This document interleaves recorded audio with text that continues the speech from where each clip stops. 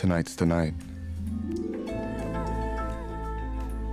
And it's going to happen again and again.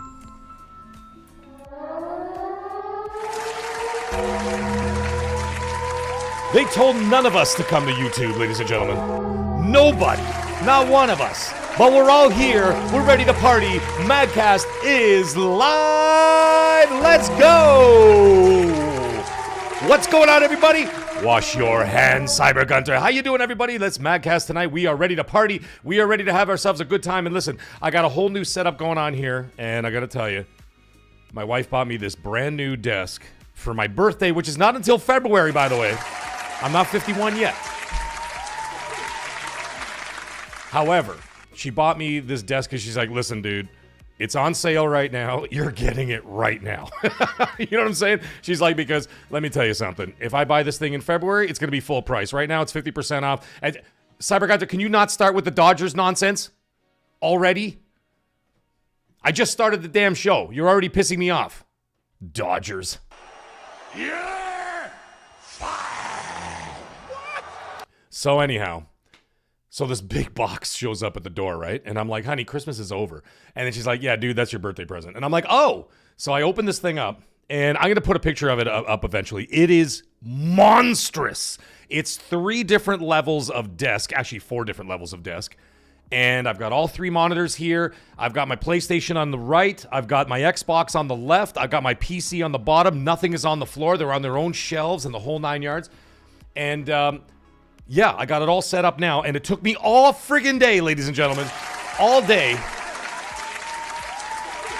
It took me all day to do this, but anyways, either way, it's done, and I've got it all set up. But so, I'm still farting around with the lighting and stuff like that, so if the lighting's a little off tonight, well, whatever, you're just gonna have to live with it. So, I'm gonna have to tinker with that, because I was, like, down to the wire before starting the show tonight.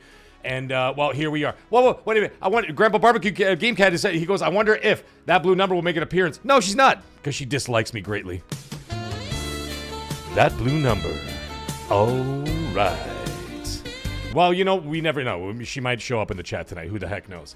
But either way, it is what it's going to be. So now, I've got this whole damn thing set up, all ready to rock.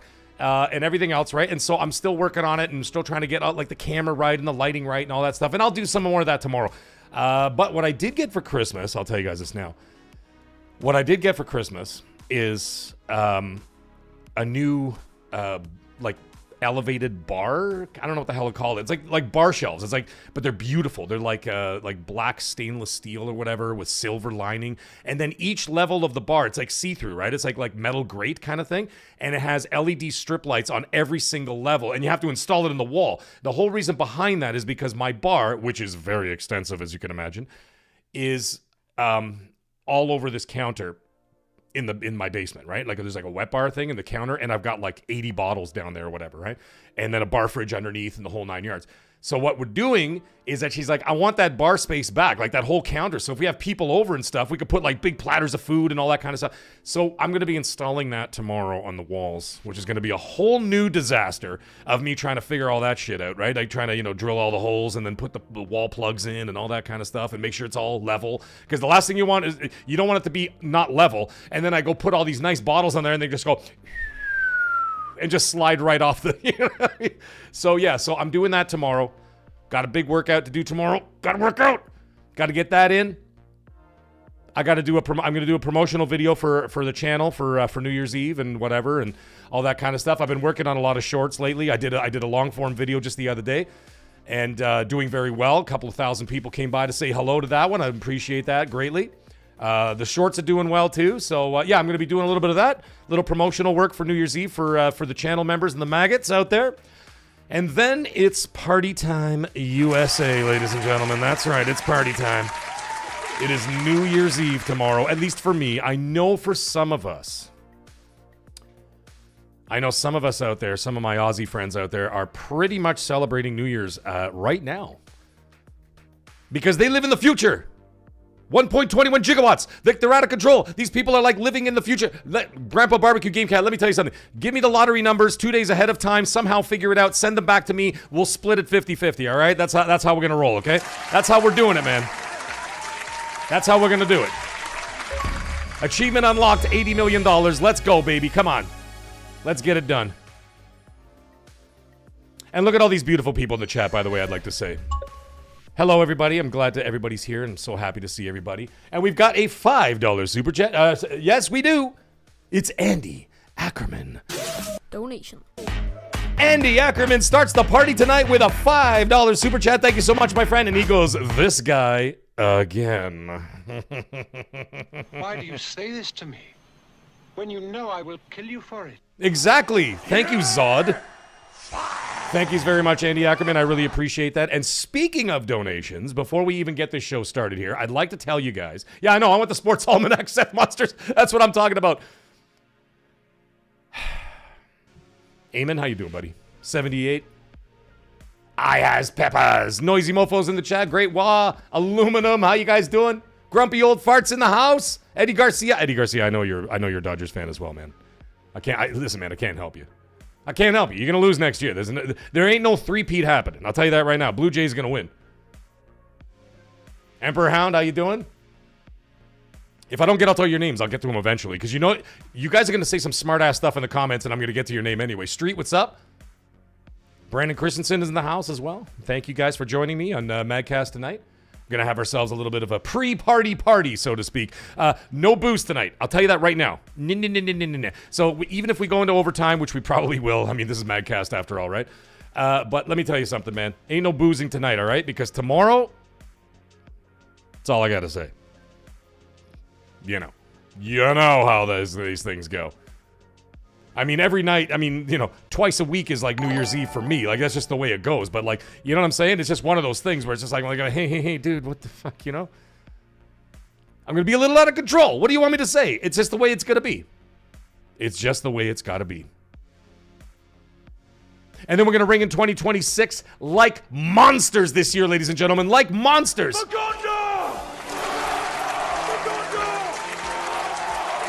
I'm telling you right now, man, I have this renewed energy. I went through a little bit of a dark period there for a couple of weeks, man, where I was just kind of like in my own head and stuff. And then I don't know what the hell happened. It was like I was possessed. I just came out of it and I just said, no. You know what's going to happen? 2026 is going to be the year of the Mag Show. It's going to be the year of the maggots. It's going to be the year of all of us in here in this chat right now. All of us. I want to see those flags waving. And we're going to do this, man. And this is going to be the best year ever, but I got to tell you, 2025 was a really, really hard year for me. Really hard year for me on a lot of personal levels, and a lot of bad shit went down. I can tell you that. It was a rough year. However, I can tell you one thing. The shining beacon of 2025, apart from my family being wonderful and healthy and all that jazz, the shining beacon of 2025 was you. Every single last one of you. You get a car, and you get a car, and you get a car. All of you guys, let me tell you something, maggots. You guys are absolutely amazing because I can't do any of this without you guys. And I have to tell you that the highlight of 2025, if there was anything that positive that happened this year, like I said, every day that you wake up and you're breathing, that's a good start, right? We all know that's how it goes. However, I got to say, the Mag Show, you guys doing these live shows, starting the channel. I started the channel in the end of January. And so it's been 11 months now. And it's been one of the highlights of my entire life. And I'm not even kidding, man. And you know what the funny thing is? I can't even see myself. Honestly, I can't see myself doing anything else with the rest of my life. I honestly can't, man. I just want to do this. I want to do this. I want to talk to you guys. I want to entertain. I want to talk games. I want to have a good time. I want to party with you guys. And I want to do it forever, man. And I'm working on it. I'm working on it really hard to make that a reality one of these days. That this is what I could do full time, and I really am going to push for it. But let me tell you something. It's been an epic 2025 in terms of the channel and everything else, and I got to tell you, we crossed just the other day. We are 3,022 subs in the first 11 months of the channel. That is absolutely amazing. A lot of people are saying that's incredible growth, and I'm super happy about it, and I couldn't do it without any of you because you guys are so amazing. And on that note, unbelievable. He gets the big one. Holy shish kebab. I don't even know what to say. He even gets a rare achievement for this one. Unreal. Grumpy old fart has dropped a $200 super chat. Let's go. Woo! Grumpy old fart, you are out of control, dude. You are out of control, my friend. And he says, for $200, he said, this is, dude, when you sent me that message, I thought you were kidding. And he goes, oh, you're unbelievable, man. Like, you actually make me blush, man. As bald and as pale as I am, I can blush. He says, for $200, this is for the 30% loss of Resident Evil 9 and 007. Get Marsupilami, whoa, what is that? Marsupilami Huba adventure for your little daughter. You know what, I'm going to look into it, okay? Because you did that, I'm going to look into it, and if it's something cool that she's going to do, I'm going to buy it for her, absolutely. And he says, hope she's going to like it as much as I do. And go buy yourself a bottle of Boom Boo Original Rum Bomba Clat. All right, 750 mils for New Year's Eve as a gift. Dude, you're unbelievable, man. Thank you so much. Grumpy Old Fart, you are absolutely ridiculous, man. I absolutely adore you, buddy. And hot off the heels of that, we got 78 Inc. coming in and dropping a $50 super chat. My goodness, my goodness. And let me tell you something. You guys have been so generous. We're going to get into that in just a minute. And 78 Inc. for $50 says, Merry Christmas present. I forgot to send you. Dude, you are the greatest. Thank you so much. Welcome to hell, motherfucker! Thank you so much, man. Thank you, 78 Inc. and Grumpy Old Fart. Oh, man, you guys are incredible. And, of course, earlier, Andy Ackerman dropping that the super chat as well. I really appreciate that, guys. Thank you guys so much. And yes, Grumpy Old Fart, I will not forget that. I will buy that bottle, and I will take a look at that game for my daughter. That's a hilarious name, by the way. I want to say that name again. Let's see it. Marsupilami Huba Adventure. It sounds like, you know what it sounds like? It sounds like a strain of marijuana you'd go like to the store. Like, you know, you go to like those like weed dispensaries, and they're like, hey man, how's it going? What do you guys go? This guy's like, oh man, I got this new shit from Vancouver, bro. You gotta try it out, man. It's this new strain, man. It's like we mixed it with some like stuff from the mountains here in Vancouver, and then we got some like weed, man, from like California, and we call it Marsupilami Huba, bro. Oh my god. That's what it sounds like. It sounds like a strain of weed you'd buy at like some like completely baked out dude working at like a weed dispensary. McLovin, how you doing, buddy? Talos Ray, how you guys doing? Ion Storm is in the house. Mikey B, how you doing, buddy? Analog AI, what's up? All right, so I wanted to say one more thing before we get started into the show and talk about video game related stuff. Brandon Christensen said I would try it. Yeah, Marsupilami Huba, bro. I want to thank every single one of you that helped with the fundraiser I had for Emily's house. Unbelievable, guys. We unlocked the rarest of achievements. That I had set a goal for $1,000, and I thought to myself, I'm like, dude, you're asking a lot, man. Like, that's a lot. You're asking for a lot, bro. And I'm walking around the house, and I'm just like, come on, man. And then all of a sudden, you guys surprised the living shit out of me. And we ended up with, no joke, ready for this, guys? $1,761. Almost doubling the goal. Absolutely unbelievable. And I couldn't have done any of that without you. And the best part is, the donation has gone through. However, my aunt and uncle, who I'm seeing on Thursday, on New Year's Day, because we're having like a little family gathering on New Year's Day with my grandmother and my aunts and my uncles and obviously my parents and stuff and my brothers and all our families. We're going to get together at my grandmother's house, like 20 of us, right? For like a New Year's like lunch celebration kind of thing. And I did this in honor of my aunt and uncle's son who passed away, Matthew. And they don't know I did this. So the best part is they're going to find out Thursday when I announce it at the dinner table in front of everybody. And I'm going to say that everybody in this chat and this community that came together, we're all responsible for doing that, and I can't wait to see their faces, man. I'm probably going to be a blubbering mess. I'm not going to lie to you. I'm probably going to be crying my eyes out. But and so will they. I know it. Because they don't even know I did this. I did this as a surprise for them and for Emily's house and whatever. And they're very obviously, because, like I said, their son, my cousin, passed away there. They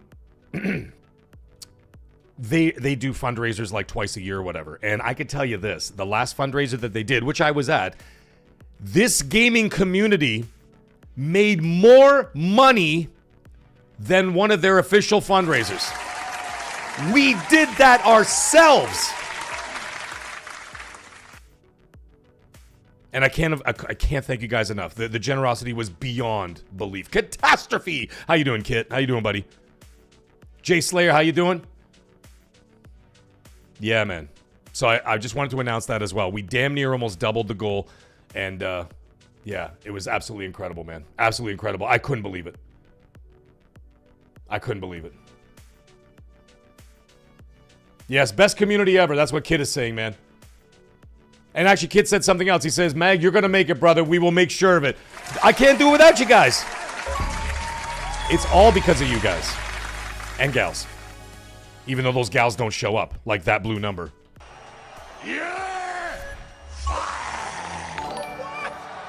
Yeah, I know. Don't worry. She's going to hear about it. I'm going to DM her after the show.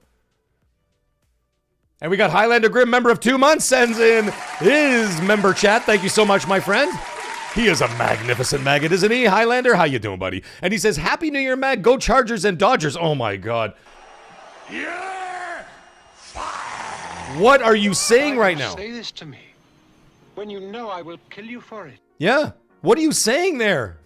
Thank you, Highlander. I appreciate you, buddy. Kid is saying, honestly, the most real YouTube ever, up there with Colt. Colt is a fraud and a liar, ladies and gentlemen. And his nose grows by the day. Colt is probably sitting at home, and he's probably going to listen to this, and he's going to be like, what the frig? Because he doesn't swear, right? He's going to be sitting on his couch, just casually listening to the MAGGCAST, and all of a sudden he's going to be like, Whoa! Like Scooby-Doo. Watch him, Emperor Hound, watch him show up in the chat in like 5 minutes and be like, what did you say about me? I'm like, what? I didn't say anything about you. That was AI. It was AI. Microsoft's AI. So in fact, it was actually Satya Nadella that said it. It wasn't me. That's right. Satya Nadella is a pony now. Y'all know that. Leave Fallout 76 alone. Grumpy old fart, I can't, man. I mean, the guy has got a serious problem. He needs to see somebody. I think we should do an intervention. So you know what? In the rare chance that I get to go to LA this year, which is probably not going to happen, I just can't justify the funds for it. What's up, Baldini? How you doing, buddy? And if I could get to LA, I'm going to stage. Because everybody's going to be there, right? Like, you know, you're going to get Hargeet's going to be there. The Iron Lords are going to be there. God willing, I get to be there. Blue Number usually goes. Jez Corden, all those guys, right? And Fonz, I mean, he lives right there, right? So he's usually there and whatever. And I hope, for the love of God, Risk It for the Biscuit does not show up. I mean, by then he'll probably get eaten by a crocodile. So, you know, that's kind of what I'm hoping for. Or he gets in a rare fist fight with a kangaroo and loses, which is also a distinct possibility because he's, you know. But anyways, in all seriousness, with all those guys there, I want to talk to him beforehand, and I want to stage it. Like, I'll film the whole damn thing. I'll get my wife to film it and be like, honey, we got this whole thing set up so that when Colt shows up, all of us are going to stand around him in a circle and then have, like, an intervention. Have a Fallout intervention. And then to top it all off, I'm going to have the Keebler elf there from Bethesda come out, Todd Howard, and then I'm going to make him come out there and tell Colt to stop playing the game. That's what's going to happen, ladies and gentlemen. I'm going to make it happen. I'm sorry I got to call him a Keebler elf. Dude, the guy sounds like a Keebler elf. He's 4 feet tall, and he looks like a Keebler elf. Y'all know what the Keebler elf is? You know the cookies? You know, the Keebler cookies or whatever, and they got the commercials with the elves in the tree. They're like, oh, why don't you eat our maple cookies? They're delicious. Starfield is getting an update. It sounds the same. It's the same guy. Todd Howard is a Keebler elf. And if he listens to this, and I see you in LA, Todd, just pretend I didn't say it, okay? Because I can tell you right now, Phil Spencer doesn't want to talk to me. There's no way. There's no way Phil's going to talk to me. Like, if I even got near him, he'd probably have, like, his, like, security detail. Because, you know, he's got a security detail now because, you know, people are crazy. They'll probably tackle me, like, within 15 yards of me reaching him.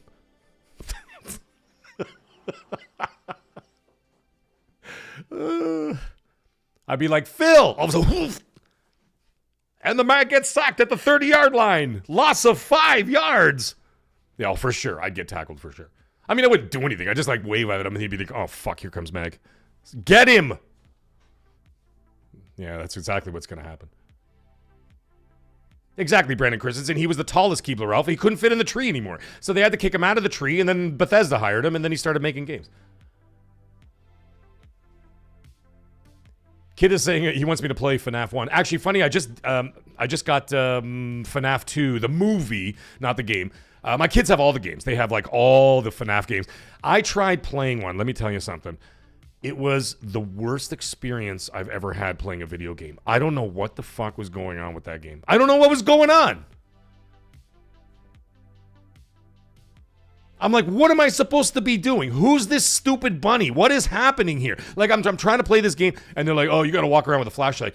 So I'm like, I'm watching this game, and I'm like maybe it's the old eyes. I don't know. I doubt it. But I'm just saying, I'm walking around with a stupid flashlight, right? And I'm going around this. I can't see shit. Like nothing. I can't see what's going on. I'm moving the control all over the place. I even went to the TV and to the because my son's playing it on PlayStation, right? So I turned up the brightness, like the highest it went, and then the highest of the.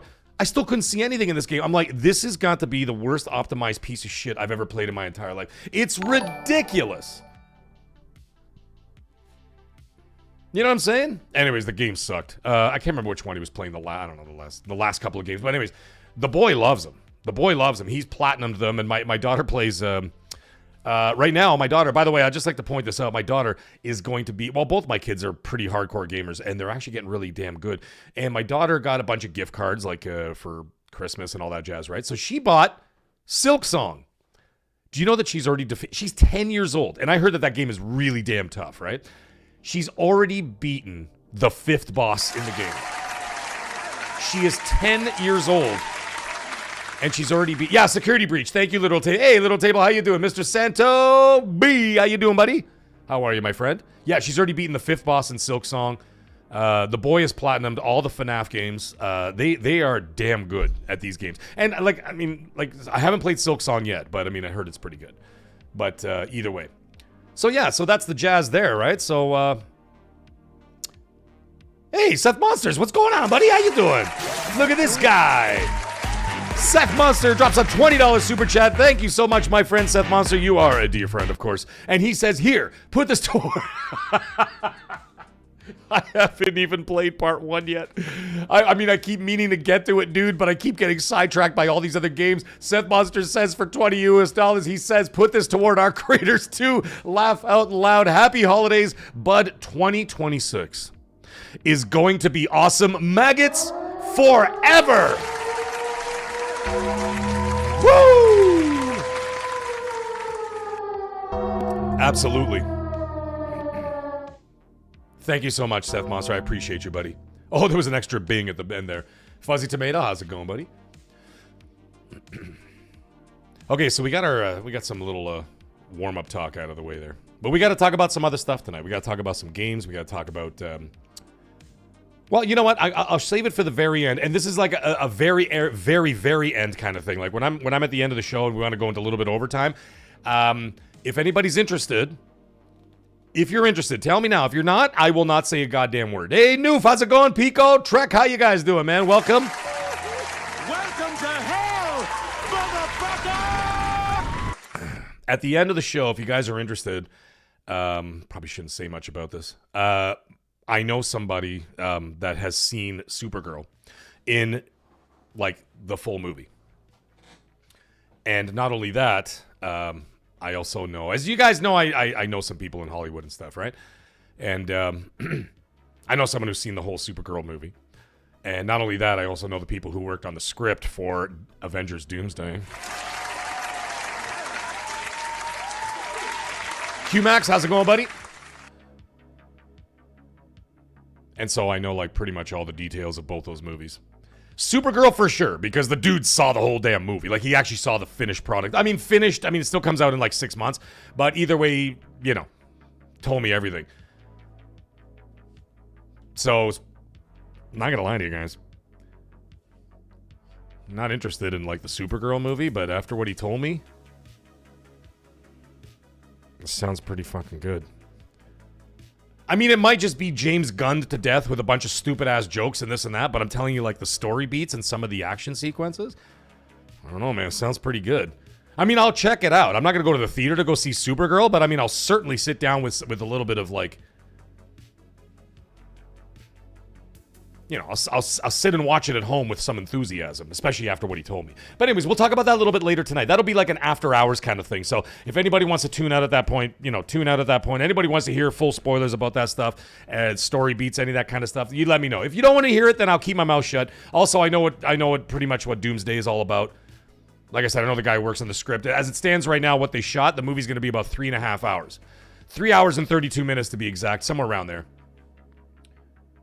And then they're going to, obviously, when it all comes down to, what's it called, editing and everything else, because they barely finished principal photography, right?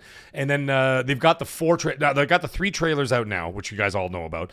There's a 4th trailer, by the way, coming, and there's also going to be, you heard it here, folks, there's going to be a 5th trailer, ladies and gentlemen. Kid's saying, check my last message. Where the hell is it? The only one I see from you, brother, it says Noof Nukem, feel free to add me up. Are you hitting on Noof Nukem? Is that what's happening right now? Yeah!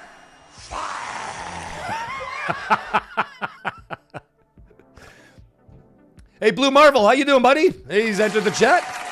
I need gifts. 1 gifted membership. Thank you so much, Blue Marvel. There you go. I literally just said hi to you, and all of a sudden that popped up. Thank you so much, my friend. And everybody look out. Ladies and gentlemen, the sheriff is in town. Magnum is in the house.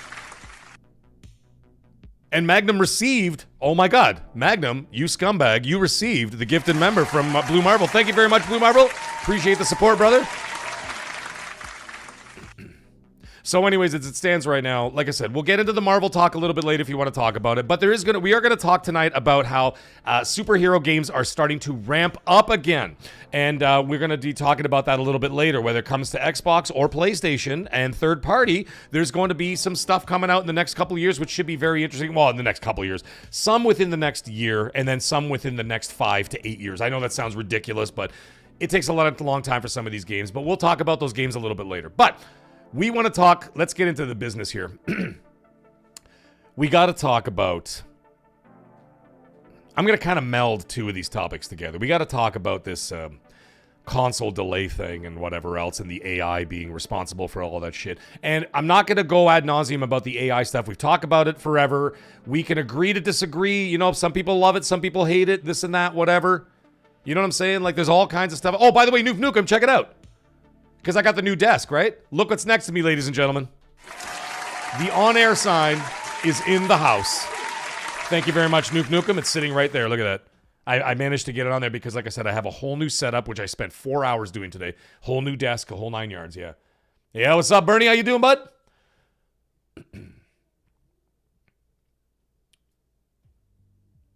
That's right. Noof Nukem has said it. Supergirl is played by possibly the greatest name in the history of names, Millie Alcock. Welcome to hell, motherfucker! I mean, she's pretty hot, so I mean, like, you know, I gotta say, she's gonna be getting all the cock. You know what I'm saying? Woo! Supergirl. She's creating something super in my pants, let me tell you that much. But anyways, we'll talk about some superhero stuff later if you guys want to talk about it.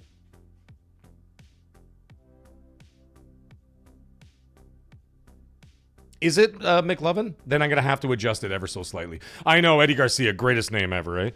Millie Alcock. Hey, and I'm not saying anything rude. That's her name. That's her name.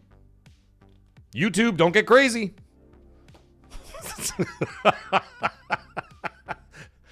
Anyways, let's talk about that. Let's talk about video games. I can't even do it. Yeah, she was great in House of the Dragon. She was wonderful in that. Yeah. So anyways, we're going to talk about some video games tonight. Let's do that. So we're talking about this next-gen thing. Now, I've had a lot of pushback on these videos. Like, I put out 2 videos. I put out a short, and I put out an actual long-form video. And in total, like, you know, I don't know, like, 5, 6, 7,000 people, whatever, and all that kind of stuff. And then, like, the comment section is generally pretty good, and a lot of people feel a certain way, and we're going to get into all those in just a moment. But there's a lot of pushback I'm getting from some people. I've never recognized their names before, so clearly they're scumbags. Yeah! You know what I'm saying? So, like, we got all that. That's always going to happen. It's YouTube, And they're going to say, why the fuck do you even say anything about the bird? They didn't even announce it yet. How could they delay something that's not announced? Why do you say this to me when you know I will kill you for it? You know what I'm saying? Oh, kid, I haven't logged into Discord yet today. I'm so sorry. By the way, we're going to talk about the Discord thing in a little bit. I'm just so proud of what you guys have done over there. And so happy. I made the two gentlemen and our two maggots out there, administrators, and they are doing such a magnificent job. A magnificent job on the Discord. I gave them full control, man. Full control. And I'm like, you guys, run this. It is your world now. I'm just the talent that sits in the trailer. Send me cocaine and bitches. I'm just kidding, yeah. So anyhow, I get a lot of this pushback about people saying things like, oh, well, how could they delay something that wasn't announced? And I'm like, God damn it, some people, man. And I'm like, I get what you're saying. I understand what you're saying. I really do. I understand. However, the thing is, at the end of the day, they have, and this is what I try to explain to some of them, and then I just gave up. I'm like, listen, man, I can't fix fucking every stupid person in the world. And I'm like, listen, man, they have release windows. Do you understand what that means? Release windows. Okay, so when they have a release window, they'll say something like, what they do is they have these projections when they do their internal work and everything else. Plus, they're doing the R&D. They have to work on the production. They have to work on the manufacturing, the shipping, the whole 9 years. What do you think, that happens a week before? They know that 5 years before. So their release window for both consoles is between September and December of 2027. As a result of that, you could say, well, it's fall of 2027. We're going to be the target release dates for the two consoles. That's Project Mag from Xbox, not Magnus, Mag. Project Mag from Xbox and the PlayStation 6. And so the point is that they may not make those targets for obvious reasons now because of Rampocalypse. And yes, Rampocalypse is not a subcategory on Pornhub, okay? As much as I would like it to be.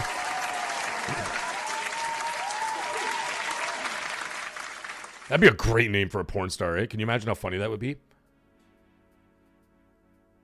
Stepmom gets stuck in the dryer. Rampocalypse saves the day. Facundo!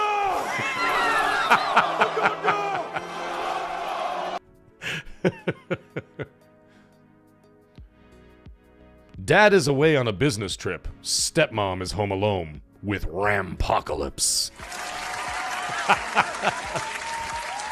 So anyways, the Rampocalypse situation, right? So we got that going on. And as a result of that, we got Micron. Now, I understand I may have said it a certain way in the video or whatever. Micron is not shutting down. They are just, from my understanding, slowing down production in, with some of their RAM in terms of where it's going and all that kind of stuff. So there's going to be a shortage is what I'm trying to get at, okay? I don't know all the details about the Micron thing, but I just know that they're not going to be producing as much, and as a result of that, it's going to cause a shortage even further than the other companies as well. Now, that being the case, what's going to happen here, folks, is that they're going to get picky and choosy, and they're not going to be able to launch consoles in a timely fashion. As a result of that, because you want to have probably 10 million out the gate, right? So I would imagine PlayStation 6 will probably have anywhere from 10 to 20 million ready to go right out the gate. And then an Xbox Project Mag probably be about 5 to 10 million out the gate, because it may be more expensive from what we understand, it being this PC hybrid kind of thing, whatever. And then on top of that, the numbers are not there for Xbox hardware. I mean, we just know that, and that's not some kind of a console war bullshit thing or whatever. I'm just saying, it's pretty fucking obvious when you see that over the entire generation, hardware sales were down 70%. Well, their internal numbers are not going to allow them to make 20 million consoles right off the rip, because they know they're not going to sell 20 million of those based on the metrics that are in front of their face. They look at it and they're going, guys, this quarter we're down 30%, we were down 29%, we were down 28%, or whatever the hell it is. Right? And on and on and on. And then you look at the entire generation down 70%, they're like, they're like, listen, dude, we'll give you the green light for 5 to 10 million to start. And if it does well, which it will, listen, you got to understand, regardless of the fact that their hardware sales on the console side are down significantly, it doesn't mean that there aren't 30 million people out there who are going to buy an Xbox. There will be. right? It may not be 30, it may be 20 by that point. Some people migrate to PC, some people migrate to PlayStation, some people just access on their smart TVs or whatever, right? Whatever's in their budget is what the people are going to do. So you could see it sort of tapering off each generation. So it kind of makes sense that I think at the head, you know, when you get to the tippy top, the big guns out there, they're going to say, listen, we'll green light you for 5 to 10 mil to start and then on from there. And then Sony probably, based on their metrics, somewhere between 10 and 20 million, right? Because they sell significantly more. And they also sell in regions where Xbox really doesn't have a foothold, right? Like, especially considering Sony's more of a global brand and whatever else. So anyway, the point is, you're not going to be able to get 30 million units out the gate in 2027 based on what's happening now. However, that doesn't mean it's an absolute no. It doesn't mean that at all. Moore's Law talked about it. He says, you know, they could, I mean, this is still 2 years away. So they could right the ship by the end of next year and start putting these things in production, and they may actually not be delayed at all. That's a possibility. That's a possibility. However, I think slightly unlikely. My guess, and this is just my guess, it's just a guess. I don't have any inside information on this, and I don't think anybody does, because I think everybody's in a holding pattern right now because they don't know what exactly is going to happen. So I think everybody's just kind of, like I said, they're circling the airport right now. You know what I'm saying? Like, if you fly to Heathrow Airport, trust me, I've been there. Jesus Christ.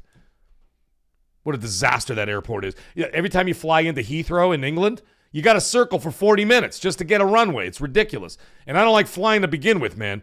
But anyways, that's the whole thing.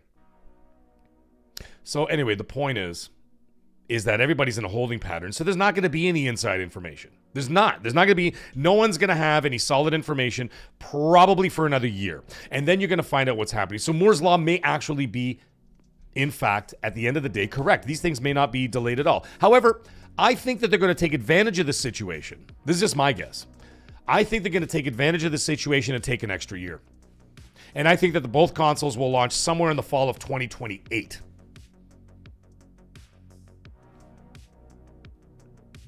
Well, think about it. Think about it logically for 1 second. You know, take the console war out of your head for 1 second. I know you guys don't do that shit, but you know what I'm saying. What's up, Seek? How you doing, buddy? Mr. Michael Beach. How you doing, buddy? And we got Chi-Chi99. How you doing? I love that name, dude. I love that name, Chi-Chi. Hey, Chi-Chi! Cerveza, por favor! It's a great name. Think about this logically for 1 second. You get these consoles, right? Xbox is not really selling their hardware right now. Not doing entirely great in the hardware side of things before everybody, you know, throws themselves out of the windows of what I said on the hardware side of things. So they're in no rush, really, I don't think, to get that new hardware out the door. I think what their focus, I know that what their focus is. Their focus is more on what they've been working on for several years now, software, services, publishing. Right? Software, services, publishing. That's where they make all their money. Everything else is just whatever.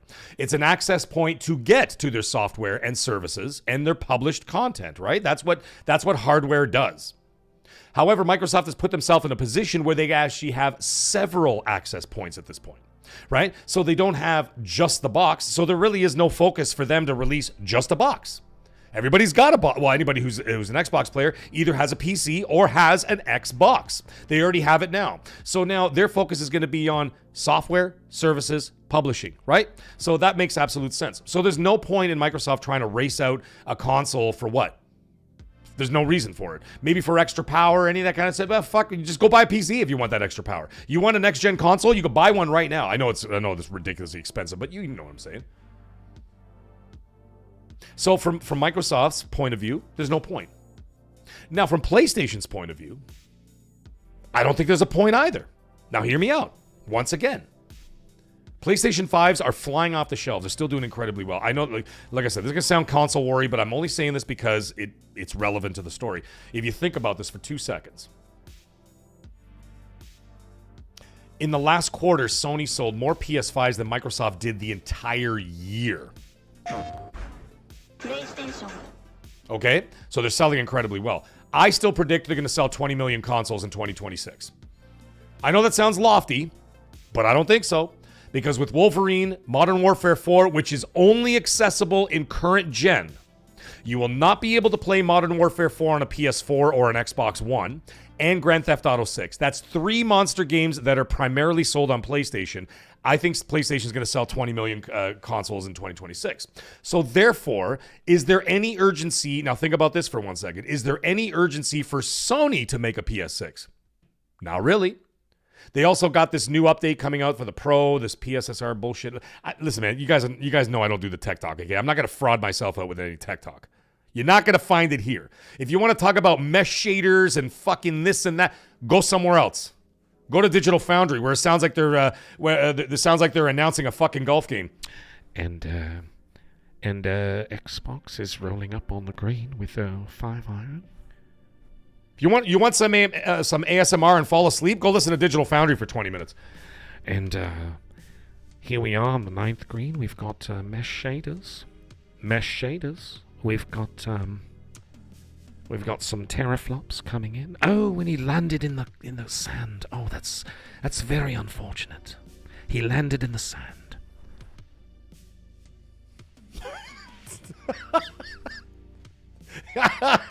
D's like, I'm leaving. Where's Digital Foundry's channel? Oh my god. Oh, and speaking of D, look at that. I see his comment. I start laughing, and right away, donation. D, my goodness, he sends 5 gifted members. My goodness, thank you so much, D. I really appreciate that. And we've got, what a fantastic name. Look at the happy people that got all those gifted memberships. Make sure you thank D in the chat there. Thank you very much, D. I appreciate the support, brother. Spare Eyebrows, the funniest name. That's a great name. That's almost as good as Chi-Chi. Not quite up there, but it's almost there. Sauron Grant, Aaron Walsh, Steven. Hi, Steven. How you doing, buddy? It's been a while. Andy Ackerman just got one too. Hey, you see what happens, Andy? You send a $5 super chat and you got gifted a member. That's how it's called, man. Paying it forward. How we doing? And then right off the heels of that, we got Andy Ackerman dropping another $5 super chat. He says, well, duh. We know Sony sold more PS5 than Microsoft. Yes, we know that. But anyways, I wasn't doing that to be like some look, Sony's selling more. Thank you very much, Andy Ackerman. I appreciate you, brother. Anyways, as I was saying, the point is, Sony doesn't need to launch a PlayStation 6. What the hell for? Because you also think about this, 3 and almost 4 years into the generation, I think it was closer to 4 years in the generation, a lot of Sony's first-party games, cross-platform. So that means that the PS5, which we already knew that, the PS5 and the Series X consoles were going to be supported into the 2030s anyhow. Right? You're always going to have that bridge. So if you look at the first couple of years of like let's just take the PlayStation 5. The PlayStation 5 generation, a lot of those games were cross-platform games that we could still play on the PlayStation 4. Right? So, like your Horizon Forbidden Wests and your Spider-Mans and your whatever. Not Spider-Man 2, I don't think. But Miles Morales, I think it was. I can't remember all the bloody things. Of course, let's not forget Call of Duty and all that stuff, right? So we got all that too. So a lot of their games will be cross-generation anyway. So the PS5 is going to be supported well into 2030 and beyond. So there's no rush for them as well. They're going to continue pumping out that hardware, those PS5s. Why not? So I don't think there's any rush. So what I'm getting at here is that there's no rush for either company to rush out a console in 2027. So therefore, I can absolutely see them taking another year, both companies taking another year, hopefully get these things locked down, especially the RAM, get locked down, get a decent price out there once these things become in abundance. We saw this shit go on during COVID and, of course, during the Bitcoin craze, right? So we saw all that go down, and we're going to see it go down again, and it's just going to it'll fix itself eventually. Remember the chip shortage during COVID? Couldn't even buy a car. I remember driving around, and there were entire car lots in like the dealerships with no cars. And I'm like, where's all the fucking cars? And I was talking to one of the guys, and he's like, dude, they're literally in an airplane hangar waiting for chips. You remember that? So this is the same shit. And you know what's going to happen? A year, 2, whatever, 3 years there. It'll all work itself out. It'll be fine. I don't think it's going to take that long. But we're going to tie this into the AI situation a little bit later. But either way, I don't think it'll be as long. It'll fix itself. Microsoft and Sony will be able to get their parts in abundance for most likely a cheaper price because they're buying in bulk, right? So Microsoft comes in at 5 to 10 million. Sony comes in from 10 to 20 million. These are all just numbers off the top of my head, but you know, pretty solid guess as to where it's going to go, right? So that being the case, to get it for a cheaper price, then with that'll actually translate into a console that I think will be comparable around the prices that we have now. Maybe $50 more, something like that. But it's not going to be like $1,200 or anything like that, like for a PS6 or who the hell knows what Project Mag is going to be all about. We don't know how much that's going to cost, but I think it would be suicide to charge anything over $800. That's just me. But we shall see when it all goes down. But either way, that's what I think is going to happen. Long story longer, I think that 2028 is a good time. I think that's when they'll both launch their consoles in the fall of 2028. And again, I don't see any company. There's no reason for any rush. They're both making a ton of money. Xbox is making billions of dollars. Sony is making billions of dollars. What's the rush? What's the rush for the hardware? Let this shit blow over. All right, let it blow over, and then you can get to it later on. I think that makes a perfect business sense to me. Hey, Depka, how you doing, buddy?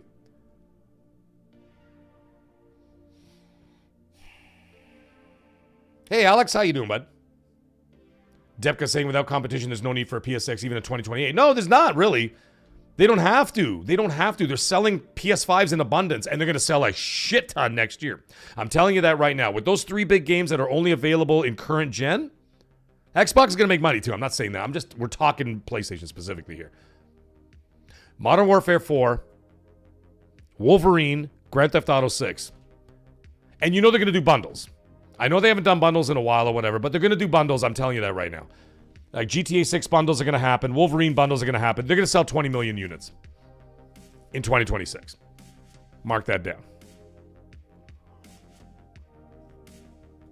I also saw that Xbox ramped up some of their production as well. Not all of that, by the way, just so you guys are aware. We saw that news story a little while ago. They're like, oh, they're ramping up for like another 5 million units or whatever else. Not all, or 10, was it 10 million? I think it was 10 million. But either way, it's not actually all going to be delegated towards consoles. It's also going to be delegated towards cloud services and other things like that. So it's not all going to be for consoles. But some will be, because let's face it, you're going to have a lot of Xbox One players out there who are still playing Black Ops 7, by the way, on Xbox Ones. And other games on Xbox Ones. Free-to-play games, Fortnite, all that kind of shit. If they want to play the new Modern Warfare, they want to play Grand Theft Auto 6, and they've got a library, they've got an Xbox library, they're going to want to upgrade. Right? Otherwise, you're going to miss out on some of the biggest games of the generation, of the century, you could even say, almost. Right? And so you're not going to want to miss those games. Therefore, that being the case, you are still going to get a ton of people who have Xbox Ones who are going to upgrade to an Xbox Series console. Because they have libraries that they utilize, they have friends that they have on their systems and all that stuff. They're not going to get rid of it, right? And they're going to stay in the ecosystem, and you're still going to sell. Xbox is still going to sell like probably about 5 million units next year as well, at least. They sold less than 3 this year, but I think they will sell. I think they will sell significantly more next year because of Modern Warfare 4, not Wolverine, Modern Warfare 4, and GTA 6. So they're going to get a big boost in hardware sales as well, because people are going to be forced to upgrade at that point. Now, that also ties into the Project Mag situation. So you get people who upgrade in 2026. There's absolutely no need for them to get a Project Mag the next year when they just got a Series console in 2026 to play Modern Warfare 4 and GTA 6. They're not going to buy this new console and then all of a sudden a year later go, fuck it, and then just go buy another $1,000 console. It's not going to happen. So there's another reason, there's another business reason as to why not to bother even releasing Project Magnus in 27 and wait till 28. And again, same ad nauseum with the whole Sony situation. So there's that. Now, I want to touch on this AI thing very briefly because, I know people are going to lose their fucking minds. Everybody loses their minds when it comes to the whole AI thing because people either support it or hate it, whatever. I've sent out my warnings many times, many times about what I think is going to happen, what I know is going to happen to a lot of people. Not everybody, but it's going to happen to a lot of people out there. And I talked about it with Colt last night after the show. So if anybody watched XNC last night, Colt and I had a bit of a debate about the AI thing. We had some debate with people in the chat. There were some nice people and there were some not so nice people. Analog, how you doing, buddy?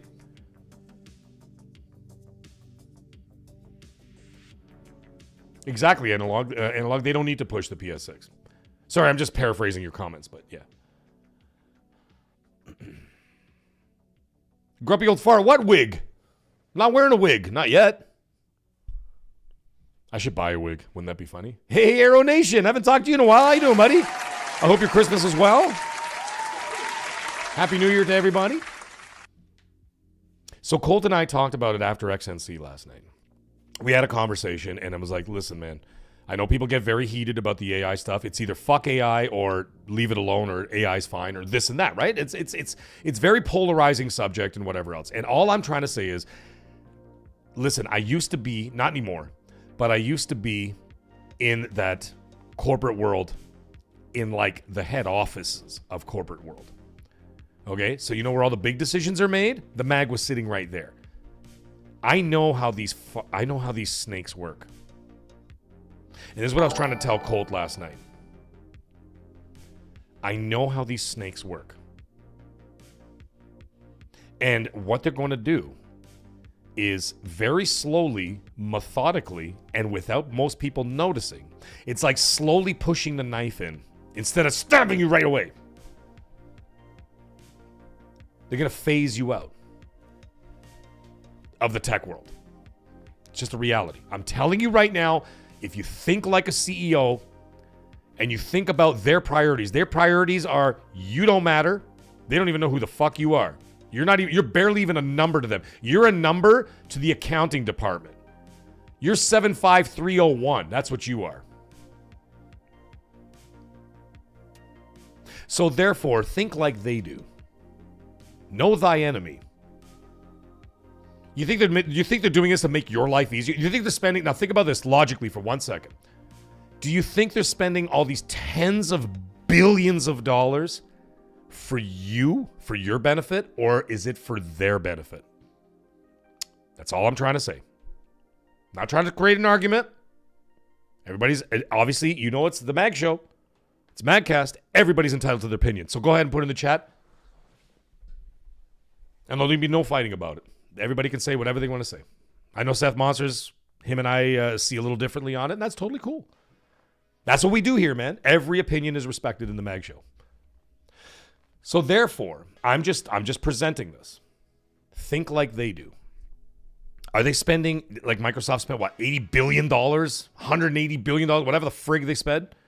You think they spent that for you? Nope. They're going to give you a nice package and send you on your way. Eventually. Phase by phase by phase by phase by phase. And then all of a sudden you're going to turn around and go, where is everybody? You know what I mean? That's the reality. Think like they do. Remember that. Remember that phrase. Think like they do. Because at the end of the day, they're looking out for themselves, their job, their cushy salaries, stockholders. And guess who is a stockholder, by the way? Oh, you guessed it. The CEO. How about that?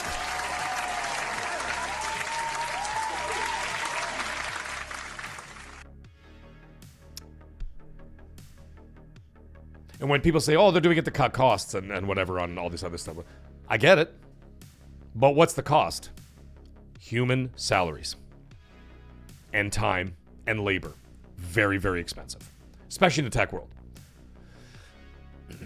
And so therefore, that's all I'm trying to say. So now when you see this, and this is what I told Colt, I'm like, listen, man, it could be utilized for good. It could be utilized for good, and it has been for some part. I know Colt was talking about it last night. He goes, well, what about these different advances that we have, like, for example, drum machines and music and all that stuff? Well, that eliminated drummers' jobs and this and that. I'm like, well, it did, but it didn't, because it opened up new genres of music and stuff like that, like hip hop and everything else. And then it got into R&B and got into other experimental things, but it never really got rid of the drummers. I get what you're saying. I get what he's saying.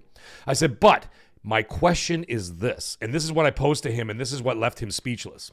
I said, have you ever, in all your years of being in this tech world, okay, have you ever seen such a massive investment by all of these corporations in such a short period of time? Have you ever seen anything like this before? And he goes, I've never seen anything like this before. I said, there you go. I said, that's all I'm trying to say. Because if this was something that was going to be organic and sort of grow over time with humanity, then this would be a slower investment over several decades as like the technology improves, it gets enveloped into the workforce and everything else.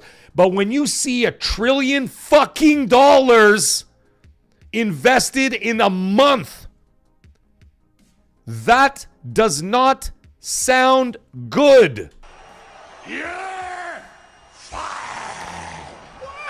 Have you ever seen corporate sharks smell this much blood before? They're in a purchasing frenzy. There is literally an arms race. Why do you think they're not going to be making these consoles on time? What, like, we're going to talk about Steam Machine in a second, by the way. I have a question about that. So think about that. And that's what I said to Colt. I said, listen, Colt, you may be right, you may be wrong. I might be wrong. But I said, can I pose you one question?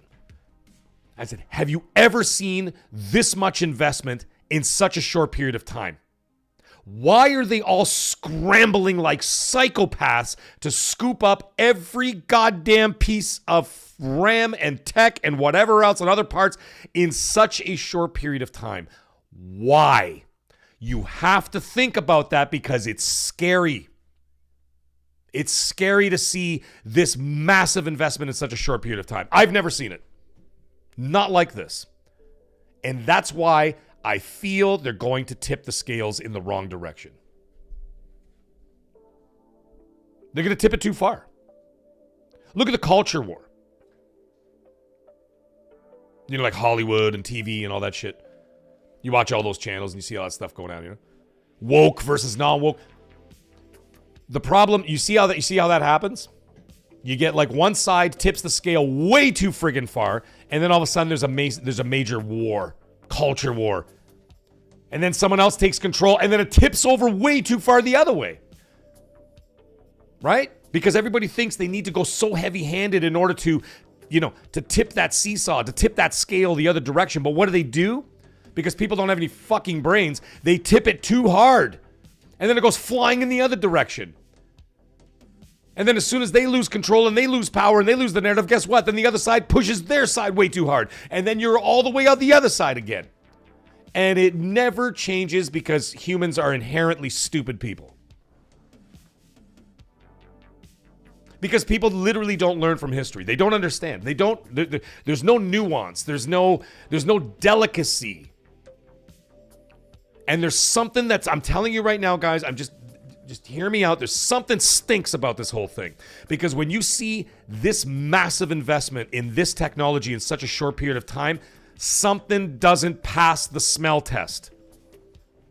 My spidey sense is saying danger, danger, danger to the tech world. Not to me, to the tech world.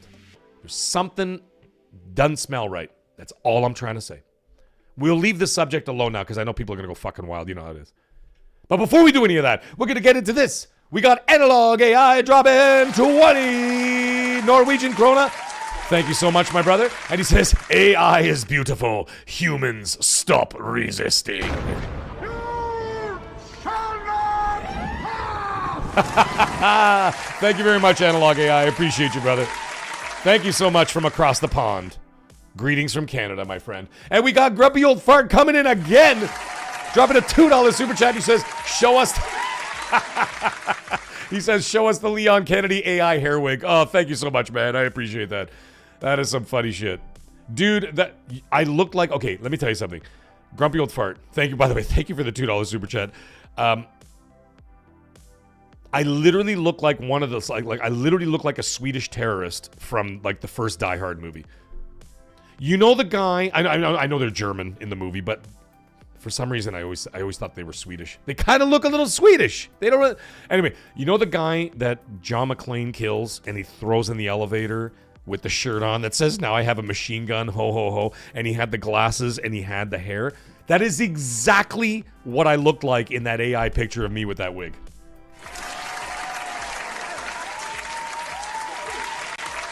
It's a fact. Now I have a machine gun. Ho. Ho. Ho. Analog is saying it is 3:30 a.m. in Norway. Oh, beautiful Norway. Thank you so much for dropping by, my friend. I appreciate you, brother. And thank you for the support as well. Absolutely amazing. And Emperor Hound, I almost missed him. I'm so sorry, Emperor Hound. He gives 1 gifted membership. Thank you so much, Emperor Hound. You are a gem. Thank you. And, of course, the lucky recipient is Brawler is now a maggot. Welcome to hell, motherfucker! Welcome to hell, Brawler. Thank you so much. And, of course, like I was saying a little bit earlier in the show, we have the channel members now have full access to the members-only Discord, which is, by the way, just getting more and more beautiful by the day. Absolutely amazing work out there, maggots. I left it in your capable hands. Y'all know who you are. And you did such an incredible job. I really appreciate everything you guys do. And yeah, that's there. Next week, as I promised, I will be doing a cooking video. And as we talked about it, hey, we got spare eyebrows, spamming the mag face. What are we talking about? What are we talking about? That's what I'm talking about. So, next week, as we had our members-only little meeting that we have every month, we're going to have another one in 2 weeks, guys. We're going to do one every month where all the channel members, we will have a private podcast. It's only be about 30 minutes, 40 minutes. And I'm going to ask questions, what you guys want to see, what you guys want different, what new features you want. We're going to have, of course, our administrators of the Discord are going to be there. Any changes you want to see, you talk to them. They will be there, and they're in the chat tonight. And they will take care of all of that stuff. Anything you want to see on the channel, suggestions for the cooking shows, anything you want to see in that respect. You put that all in there when we have our members-only meeting once a month, and then I will implement all those. Now, as a result of that, I'd like to say that the new cooking show will be seafood, as the members have spoken, and they outweighed everybody else on the seafood side. So a lot of people want to see shellfish and seafood and some kind of cool stuff like that. And of course, I could do a ton of cool stuff. So I'm going to be doing that not this week. I'm going to be doing that next week, and it will be released. Of course, channel members get exclusive access to my cooking shows before I send them out to public later on down the road. Now, that being the case, the one I'm going to be doing in February is going to be Super Bowl related. It's going to be Super Bowl related, ladies and gentlemen. So February will be all about Super Bowl food to celebrate the Buffalo Bills winning the Super Bowl. That's right.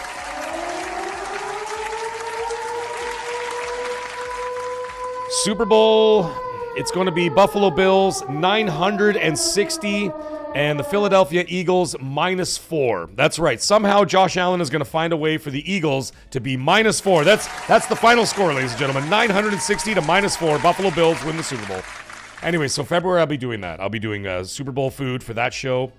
And yeah, we'll take it from there. So yeah, that is that. Now, before we carry on, before we get into more of the AI stuff for just a second, Lizzo is Gandalf. Yes, Gunler.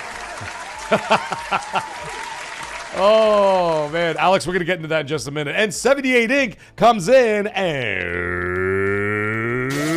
drops a $10 super chat. Thank you so much, my friend. I appreciate you. 78 Inc., monster supporter of this channel.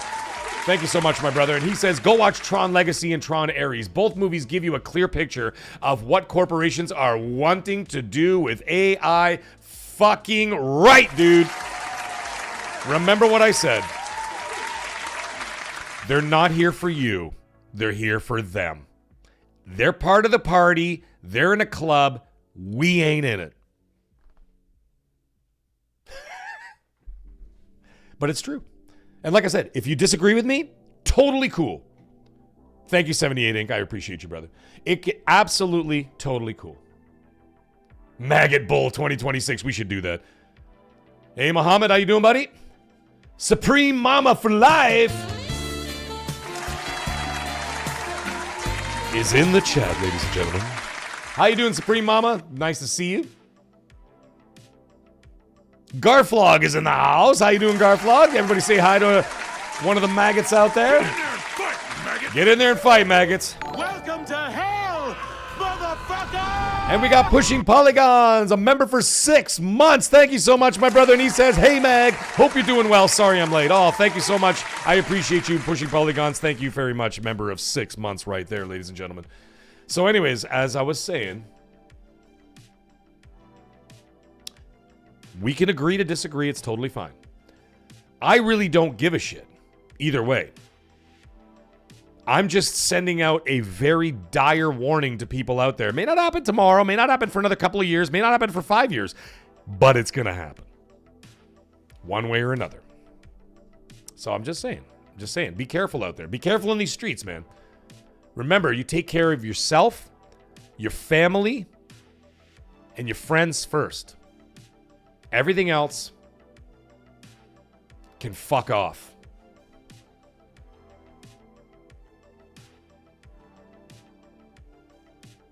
That's the honest truth. Even if you work a smaller job, you think they give a shit about you? They don't care about you. The minute you're gone, I watched a story the other day. It's a true story, by the way. I watched this. It was on Instagram. And yeah, I know you can say, oh, Instagram, someone made it up. But it turns out it actually was a true story. Dude was talking in the camera, an older guy. He was like, looked like he was in his late 50s. And he was like, one of my colleagues literally dropped dead at work. He didn't say where he was working. He didn't want to get in trouble and any of that bullshit, whatever else, right? And within an hour, he said, I was literally standing where the man died and had to keep working. He goes, put that in perspective for 1 second. Never mind the AI and all the other shit. Think about that for 1 second. An hour after the man's body was taken away, that man who was speaking on the camera or whatever, right, did his little talk, was literally working at the exact spot where that man dropped dead. That's fucked up. But it's true. So whether you die or quit or get fired or whatever, within an hour, they don't give a fuck about you. So you take care of yourself, you take care of your family, and you take care of your friends. Because of the only things that are going to give a shit about you in the end. And even your friends, my dad said this when I was a teenager and I didn't believe him. I'm 50 years old. God bless he's still alive. And I told him, I said, Dad, you were right. Took 30 years to figure it out. He said to me, he goes, you can count your real friends on one hand. Right? In the real world. And that is absolute fact. Those are the people you can count on, your true friend, your real friends, the ones that you can call, the ones that are going to be there for you, the ones that are going to show up in the middle of the night, the ones that when you're in the shits and you need them, you know, all the other colleagues and all the other acquaintances, and they ain't going to be there for you. The people that you can count on outside of your family, one hand. He was absolutely correct.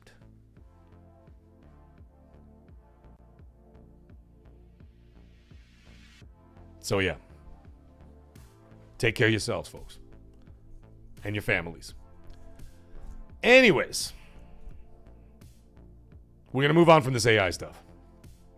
McLovin, Iron Balls in the house.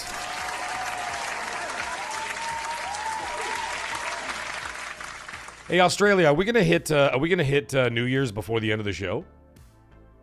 What's going on, guys? Oh, of course, Magnum has to drop that. Magnum, you're over there. Can you tell me what time it is over there? I can't check right now. Magnum says, my one hand is my true friend. Unbelievable. Little romance happening there in Magnum's house tonight. This is what. Do not come. This is for Magnum. Do not come. I'm gonna come. I didn't say it. I didn't say it. Oh.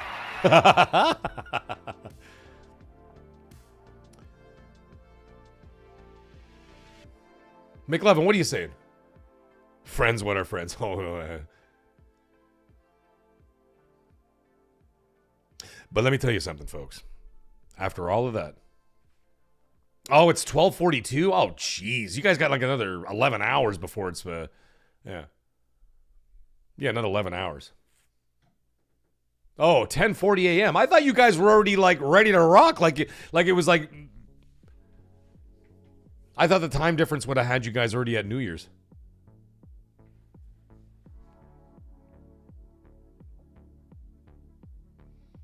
Anyhow, that's what I had to say about all of that. And we're going to see more of that coming up soon. I understand. I saw, Muhammad, I saw what you said there about how Microsoft's AI is not really working for them. We'll see how this all pans out in the next little while. Because if it doesn't work out for them publicly, listen, there's one thing that Microsoft does incredibly well. If they make something that does some kind of technology that doesn't work out publicly, they use it internally. Right? Because they're such a huge company, such a huge moving machine, so many moving parts, such a huge machine with so many moving parts. That's what I was trying to say.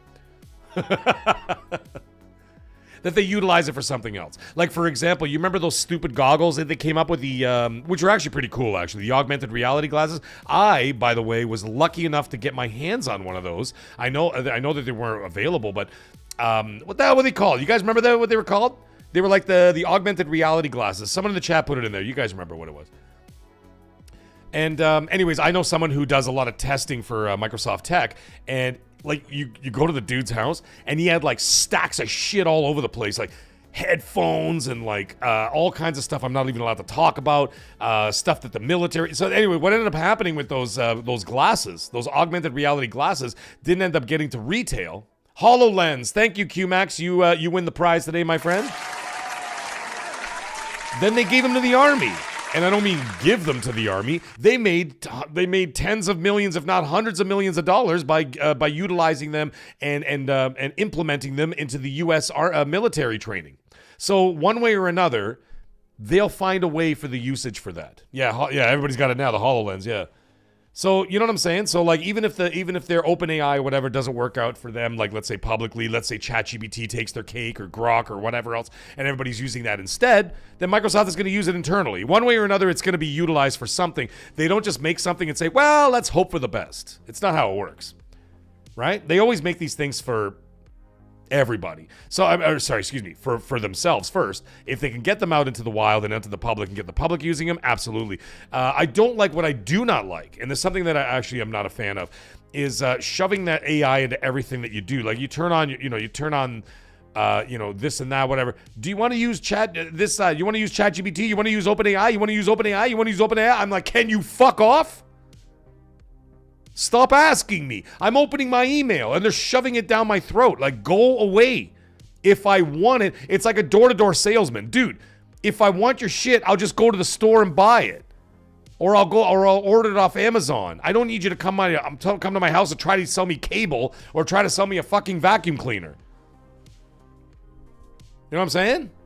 But either way, the point is, long story longer, the point is Microsoft is going to be able to utilize that technology for internal work. They've got a monster Xbox Studios situation going on with how many dozens of studios that they got working on games and this and that. They're going to utilize it for that. They're going to utilize it for Office and Windows and everything else. It's going to be there, and it's going to be, and of course Outlook and all that kind of stuff. It's all going to be utilized. It's already there now, but I'm saying they're going to continue utilizing it there. So even if people don't actively use it outside of there, it'll still be implemented into all their software and all their services anyway. So it's a win-win for Microsoft. That's how how do you think they end up as like $3 trillion, $4 trillion company? That's not an accident. You know what I'm saying? They got all their bases covered when it comes to that. So, that is what it's going to be there. Now, the one thing I did say last night on the show I wanted to talk about for just 2 seconds here is one thing I do not support is AI content on YouTube.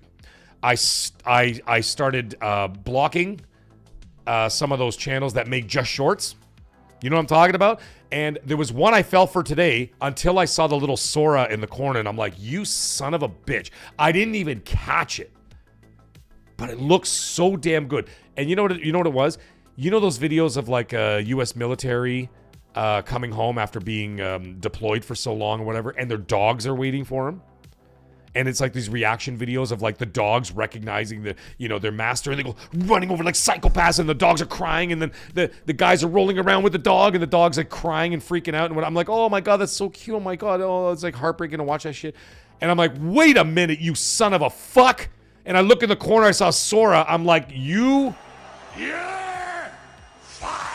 fired. Blocked. I don't want to see that shit anymore on my timeline, because the problem is, it's not about like manipulating me because it made me almost cry, which it almost did, by the way. I was like, oh my God, that's so beautiful. The wrestling parodies, Seth Monster, are hilarious. I'll give him that. I'll give him that. But even then, I stopped watching that shit. So anyways, I watched that video for like a good 25 seconds. And I'm watching these guys come home, right? Well, excuse me. What I thought were guys coming home from deployment. Turns out it was all AI bullshit. I was like, oh, fuck you. Thumbs down, block. Thumbs down, block. Thumbs down, block. I don't want to see it because it's not genuine. Because you know it's some guy, God knows where, just cranking out 800 shorts a day, all with AI, no skill, no anything, and people just gobble that shit up. And a lot of it, and the problem with it too, is that, like I said earlier in the show, there are a lot of stupid people in this world. Not in this chat. And certainly not listening after the fact, I'll tell you that much. Good people come to this channel. But there's a lot of stupid people out there that think that, like, these politicians are saying certain things. And I'm like, whoa, whoa, whoa, whoa. They never said that. What are you talking about? Doesn't matter who it is. Fill in the blank, right? And then you look at it's AI. Now, what they do is that they take the actual footage of, like, let's say, the President of the United States or the Prime Minister of Canada or, whatever, Prime Minister in England and all that kind of shit in the UK. And, like, you look at all the shit and I'm like, he never fucking said that. And then you're like, where did he say that? And then you're like, oh, my God. But then so many people just look at it, instantly just gobble it up. And you know how they gobble it up? Go to the comment section.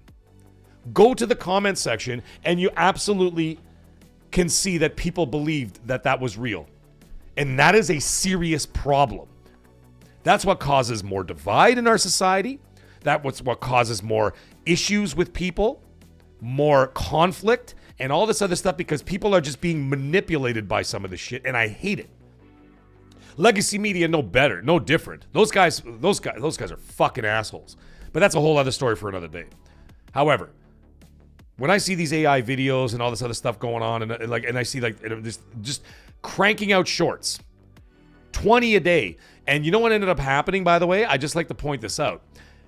You know how YouTube has been banning a shit ton of channels. Some of them have been like. I was targeted twice, by the way, by YouTube. I was taken out of their algorithm. The AI screwed with my channel because it said, oh, gaming is for children. So it turned my channel into a restricted mode. And all of a sudden, all of my channel members and subscribers weren't getting any notifications from me. Turned out my videos were all being hidden. And I remember looking at this. I go, Colt, would you check this out? So I sent it. Colt's got to look at it. And he's looking at the videos. And one video had 5,000 views. The next had 64. And I'm like, dude, even if the video sucked and people hated it, there wouldn't be 64 viewers. And he goes, yeah, what the hell is this? And he noticed that I had to send an email to Google and say, guys, fix this shit. And they did. They actually fixed it. And then I got hit again in November. That was in August. And then I got hit again in November. The same thing. I had to send another email to Google and they fixed it again. Right? I had to stay on top of it. But anyways, that's another story. So what happened is Google started banning all these YouTube channels. They banned like 20 million channels in like the last month alone. And a lot of them were just spam bots cranking out these AI videos. And they're like, no, fuck this. That's not YouTube. YouTube is this. Real people talking to you. It's okay to utilize it if you want to do something cute or want something to do funny. If you want to see, what's his name there? What the hell's that guy's name? God damn it.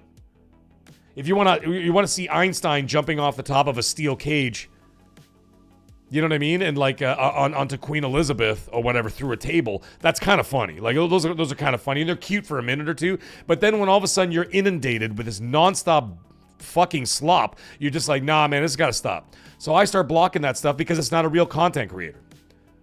And I'm not saying you have to do what I'm doing, but put some effort into it. Anybody sitting on the toilet taking a shit can grab their cell phone and just sit there and go, yeah, can you make, I want Mark Twain driving an 18-wheeler and running over the T-1000 from Terminator 2. You know what I mean? Like you could just say whatever you want and then 5 seconds later you made it. That's not content creation. That doesn't take skill. That doesn't take artistry. That doesn't take anything. Now, if you are an artist and you are talented and you utilize it for something cool, like to be able to accentuate something that you have done yourself or whatever, put the time in to do it, that's fucking cool. But these spam bots that are just cranking out this crap, gotta stop. And it is stopping because YouTube is cracking down on it. And I'm appreciative that they're doing so. Exactly. Brandon Christensen, 100% correct. He goes, once you like one of those, your whole feed is taken over by it. And people are starting to push back. And and YouTube is getting literally millions of emails and complaints over the last year about all this stuff. And they're feeling the heat now. And they're feeling the heat of it because as a result of this stuff. And a lot of the big content creators are doing videos about it, talking about it, this and that, whatever. And so it's becoming a situation. Right? And so they've recognized it. So what did they start doing? They started going out and start finding those spam bot accounts and whatever and started banning them all. Now, unfortunately, as a result of that, some actual content creators have been screwed over, and that's not cool either. But a lot of them have, like a lot of the bigger content creators, they have YouTube managers. And the YouTube managers are actual human beings that you talk to, right? So when you hit a certain subscriber number, you have a YouTube manager. And so you can actually call the guy and be like, dude, what in the fuck just happened? Why is my channel banned?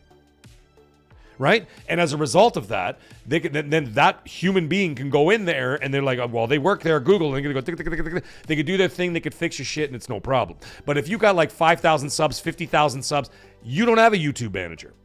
And as a result of that, you now have to send your appeals to literally an AI bot. And so now people are starting complaining about that. So now YouTube, especially that new CEO, has been getting a lot of heat, deservedly so. He's been getting a lot of heat about that shit. So as a result of that, they're starting to crack down. So you see what I'm saying? So like this is all, there has to be a happy medium, ladies and gentlemen. That's what all I'm trying to say. There needs to be a happy medium. And the happy medium needs to be, I know this is going to sound ridiculous and very kumbaya, but I'm being serious. Okay? It needs to be the kind of situation where it's a very symbiont relationship, something that we can actually utilize in harmony with each other. Utilizing technology in order to better human beings is one thing, but human beings being reliant on technology and not learning from it and not making themselves better is a problem, because then as a society, you're making yourself dumber and more reliant on the technology instead of yourself. So that one day when someone drops that EMP bomb and you can't even light a fire or cook food or whatever the hell it is you got to do, any kind of life skills, these people are going to be screwed. That's all I'm trying to say. And ladies and gentlemen, we got some celebrities in the chat right now. It's unbelievable he's going to get it. Paris is in the chat, ladies and gentlemen. Maggots, give Paris a warm maggot welcome out there. And Paris, this is for you, buddy. Welcome to hell, motherfucker! Welcome to hell, Paris. We were just having a little chitty chat about some stuff.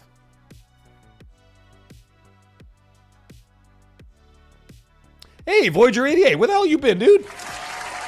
A member for 6 months of a top-tier maggot. Thank you so much for I keep on wanting to say your full name, Frayed Voyager 88.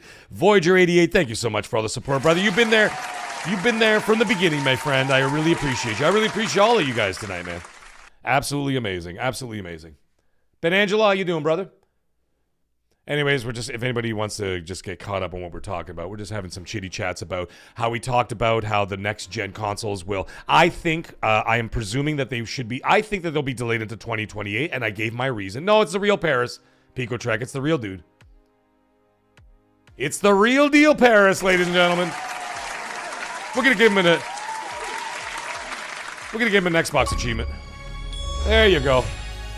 Rare achievement, 100 points. Paris has entered the chat, ladies and gentlemen. Yes, McLovin, they did. Google did fix my metric viewing. Yes, they fixed all that. Yeah. So it was a whole situation. Hey, Brendan Butler, how you doing, bud? I don't know if I said hi to you earlier.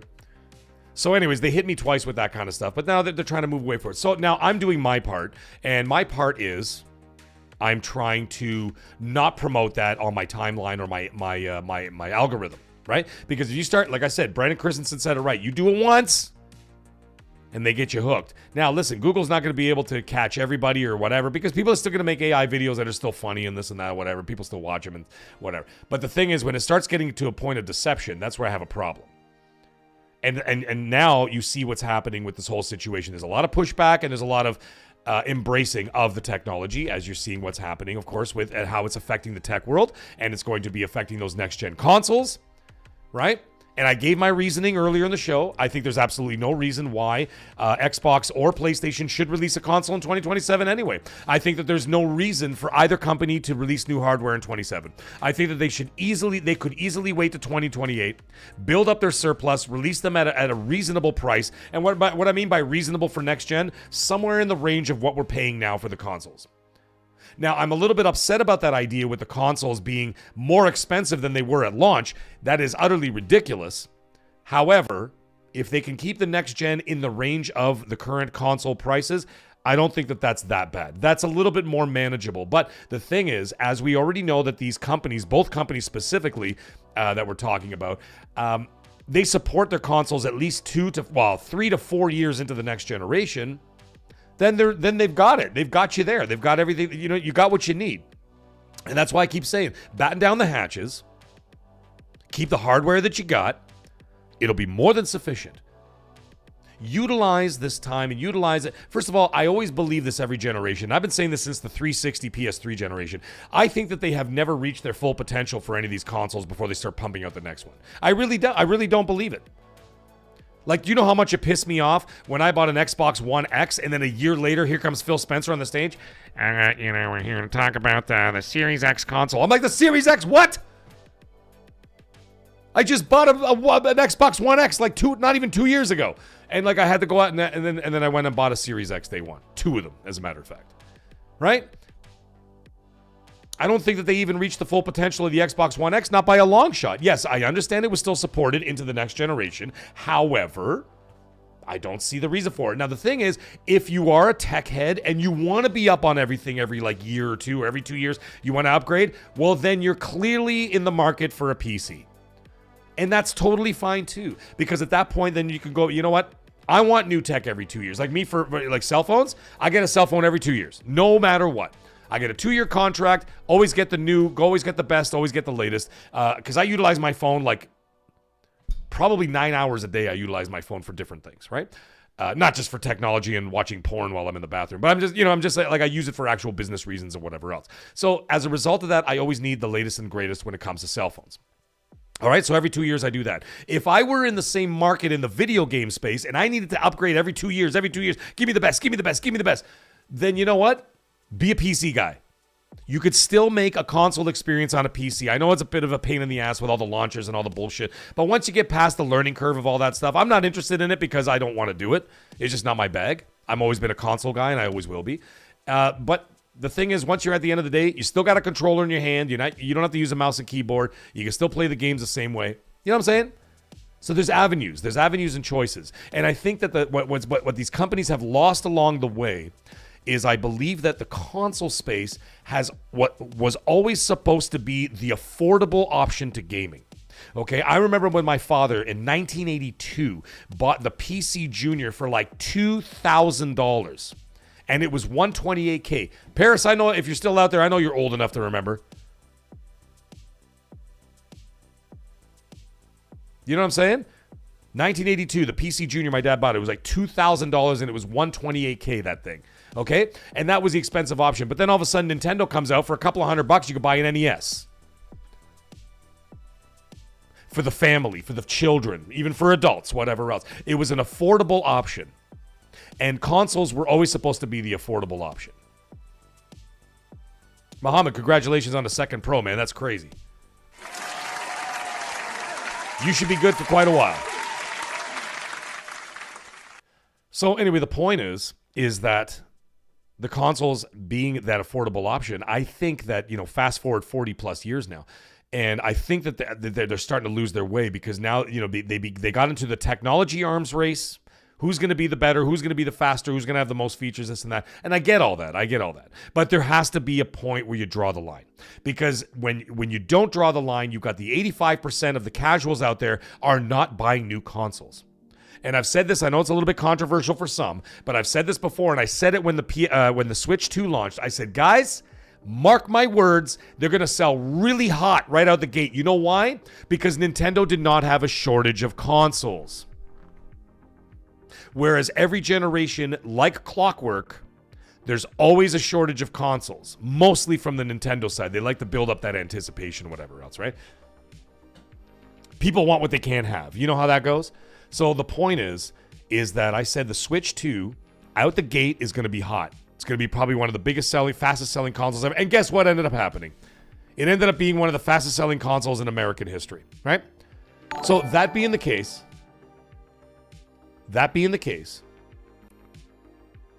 what's happening now?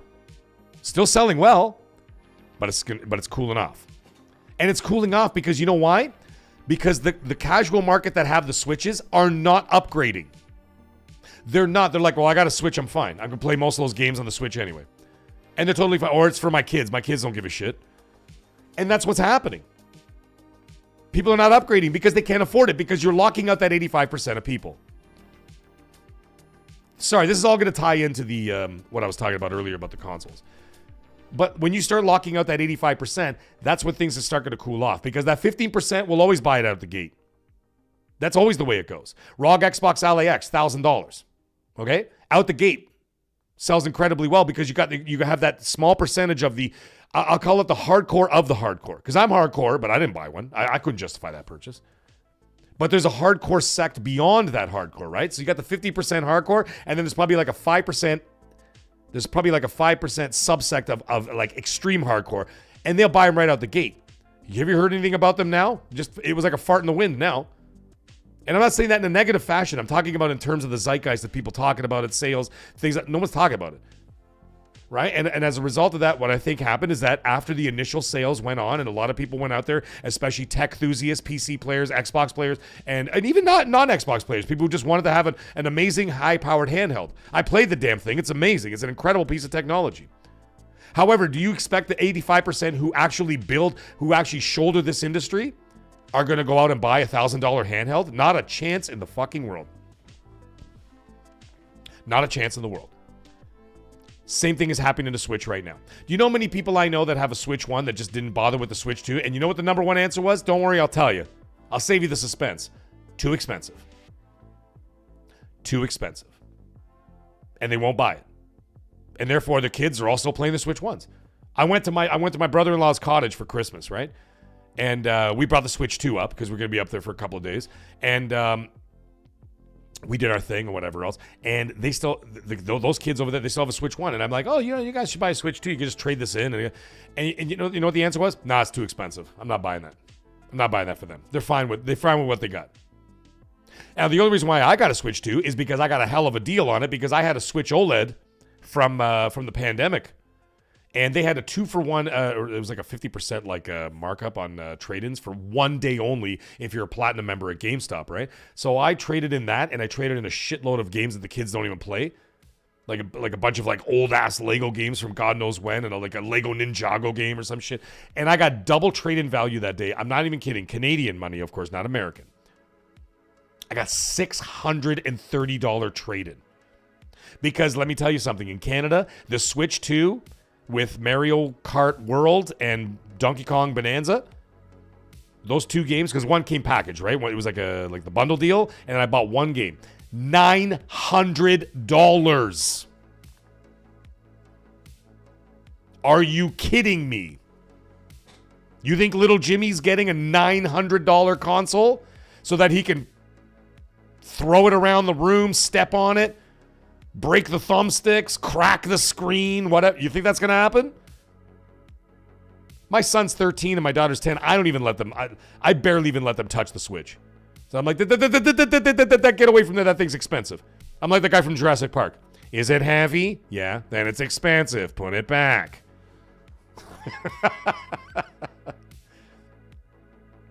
So anyways, the point is, you're going to hit a wall. You're going to hit a wall. So now, that being the case, let's tie this back into Project Mag and the PlayStation 6. What's the point? You're going to get a small subsect of people that are going to be willing to pay anywhere between $800 and $1,100 for a new console, and then you're going to hit a brick wall. And that doesn't work. That doesn't work for anything. For anybody. It may work for a 5%, but 5% ain't carrying the industry. I said it in a previous video about 3 weeks ago. I said the 15% cannot shoulder this industry. We can't. We don't move this industry. We are influencers in our own way, and we purchase a lot of product. We purchase hardware, software, whatever else, but we don't make their bread and butter. We are like what I would consider to be guaranteed income for a short period of time. But then after that, you need the casuals. You need those casuals playing Fortnite. You need the casuals buying Nicki Minaj in a thong skins. You need all that stuff. You need the Call of Duty players. You need the free-to-play players that buy DLC. You need that. Because if without that, that's the bread and butter, man. That's the bread and butter. And so therefore, by all of that being said, I think that there's absolutely zero reason for these consoles to launch in 2027. Give it another year, 2028, perfectly fine. And now, the litmus test, I put a word out there, out in the streets. I wanted to see how people thought about that. And you know what the majority of people said? No problem. Nobody's pissed off about it. Sorry, I just ran over one of my wires with my my chair here. I'm trying to. That's why you see me like wiggling back and forth. I'm just trying to get this goddamn wire out from under the wheel. One of my XLR wires for the mic. So you know what I mean? So the thing is, I have yet to see, unless chat, if there's somebody in the chat, please put it in there because I would like to see. Is there anybody actually pissed off that there's no hardware coming in 27? Or, sorry, excuse me, the possibility of no hardware coming in 2027. I don't think so. And if there is, that's fine. Like I said, everybody's entitled to their opinion. I'm just saying, I don't see it. A lot of people are like, yep, no problem. Fine. I got what I got. I'm totally good. You don't think Sony's listening? You don't think Microsoft is listening? They see that the general public doesn't give a shit. They're like, no, we're fine. They're going to be like, well, what the fuck are we going to launch these things for? For what purpose? Right? They're totally fine. Keep pumping out the software. You know what you do? Optimize your games. Make them incredible. That's all we need. That's all we need. We got everything we need. You know who I feel sorry for? I feel sorry for the people who haven't upgraded yet.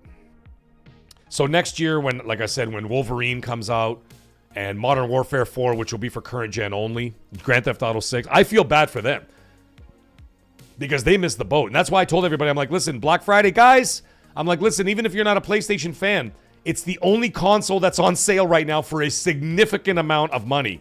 Go buy the goddamn thing because it's the last sale you're going to see. I am like, I implore you, go buy a PlayStation 5 Slim, whatever the hell it was that was on sale. Here in Canada, they were like $150 off. I'm like, just go buy it. Because when that sale's gone, you can kiss every sale goodbye. So I kind of feel bad for those people still playing on a PS4 and an Xbox One because you're fucked. Because if you want to play those games in the fall of 26, You're paying through the nose, baby. Or, guess what? You're not paying at all. You're not playing at all. Because you ain't playing no GTA 6 on the cloud. You'll be able to play the Microsoft games, like the Xbox games. I'll give you that. If you have a smart TV or whatever else and you can access and all that kind of shit, or a smart monitor or a monitor, whatever else, you'll be able to access Game Pass. You'll be able to play your Gears of War E-Day. You'll be able to play your Modern Warfare 4. Okay? You'll be able to do that there. But you will not be able to play GTA 6. Right? Or Wolverine. Well, Wolverine isn't exclusive. That's a whole other story. But that's what I see there. So, interesting. Before we carry on, I gotta talk about one more thing tonight. We're gonna talk about how superhero games are starting to come up. I got some interesting news out there. But before we get into that, we're gonna get to Mick Lovin, drops a $2 super chat. And he says, ladies and gentlemen, give this guy some congratulations in the chat because I gotta tell you, man, it takes the strength of titans to do what you've done, brother. And you know what? We all are maggots out here. We support you, brother. He says, I am officially 1 year sober as of today. Send him a congratulations because let me tell you something. He even gets that. And you get a rare achievement unlocked, my friend. McLovin, I'll give you a second achievement. I'm proud of you, brother. Because I can tell you one thing, man. Like I said, it takes the strength of titans to do what you do, man. To face that you had an issue and you dealt with it and you stayed strong with it for an entire year, man. I support you 100%, man. And the maggots do too. We appreciate you, brother. Thank you so much for that, for sharing that with us. And God bless. And right out the gate, we got D. He drops a $5 super chat. Thank you very much, my friend. And he says, last I checked, for this $5, thank you, D. He says, last I checked, Switch 2 doesn't play YouTube either. It doesn't? Someone want to confirm that in the chat? That's fucking ridiculous. Middle-aged chair guy. Thanks, Aero Nation. It's not the cat, grumpy old fart. No, the cat's not in here because the door's closed. I had to change my lighting system, right? So I haven't perfected it yet. I'm working on it because I literally just finished building this whole new display, like for all my monitors and stuff. And if you guys actually saw what it takes to run this damn show, I don't think you guys would believe it. But you know what I will do? I'm actually going to take a picture of it and I'll post it on the Discord for everybody to see. I'll do it tomorrow. It's a pain in the ass. And it takes a lot of shit to put one of these shows on. Like, everybody thinks you're just sitting in front of a fucking monitor and just yapping your balls off. And I'm like, nah, dude, it ain't like that, man. This is a whole rigmarole. Thank you, D, for that $5 super chat, brother. I appreciate you, man. And Z Birdman has entered the chat. How you doing, man?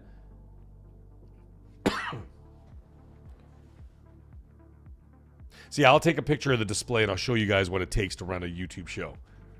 3 big monitors. Studio floodlights. I've got the other lights behind me, the fluorescent lights. It adds accentuates like the shadow. You know what I mean? Like it kind of blocks the shadows out for the rest of the room. Things like that. Audio interfaces, PC, 1, 2, 3 consoles, studio microphone, XLR cords, monitor headphones, cameras, the whole thing. But dude, it's a whole fucking operation. And it's not even just that. That's just the hardware. Then you have to get into the software.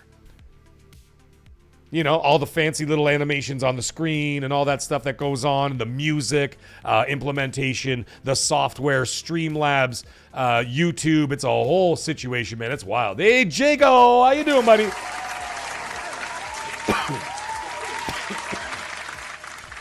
I'm choking on nothing, by the way. Choking on nothing. That's what happens when you get old. You just start choking on random shit. Have you seen like old people? It looks like they're chewing, but they're not actually chewing anything. They're just sitting there like this going. And I'm sitting there staring at him and going, the fuck is that guy chewing? He's like, he's not chewing anything. It's just they're just their mouth moving. That's what happens when you get old. When you get old, you know what happens? You start choking on random, like on nothing, on air. And go into a coughing fit because of air.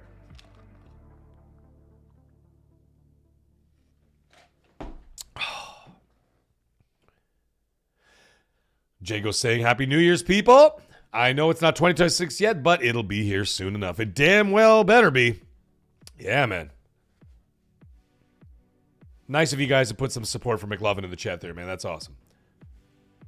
Oh, D's saying last he checked that YouTube is not there. Yeah, it's wild, man. Stupid. Can you imagine that in Canada? $900? Who the fuck... For example, I'll give you another example. My neighbor... She wanted to buy a Switch 2 for her husband, right, for Christmas, because he loves his Switch, right? He's a big Nintendo guy. He plays all Nintendo games. He doesn't play anything else. He doesn't play Xbox, doesn't play PlayStation. He is not on PC. He literally just plays Nintendo. That's all he does, right? And he loves his Switch. And she's like, I want to get him a Switch 2 for Christmas. So I showed her that. I'm like, well, yeah, you know, she saw the price and she goes, yeah, he's getting something else. That was it. Conversation over. No more. No Switch for him. When she, no Switch for you. When she saw that price, and she's like, "What?" And she's like, "Fuck that." He's like, "Yeah." And Pushing Polygons drops a $5 super chat. Thank you so much, brother. He says, mixing with Mag, why new hardware could be good. Yeah, we are going to explore that in 26. I got a little delayed with the mixing with Mag thing because I'm working on a couple things in the background to be able to, you know, bring the different faces in without having to get something like StreamYard or whatever else. Because StreamYard is ridiculous, man. StreamYard is ridiculous. Like, I was looking at StreamYard. You got to be a professional at that point. Like major professional to afford StreamYard. It's $55 a month in Canada for StreamYard. Go fuck yourself. So I use Streamlabs. God, I couldn't even say it. Like, Streamlabs is OBS. and I utilize that. And that's a lot of work, like, because you literally have to build it all yourself. Like, that's what Cole told me. He's like, listen, man, Streamlabs and OBS is really, really great, but you got to really, like, you got to build it all yourself from scratch. Like, nothing comes, there's no templates, there's no anything.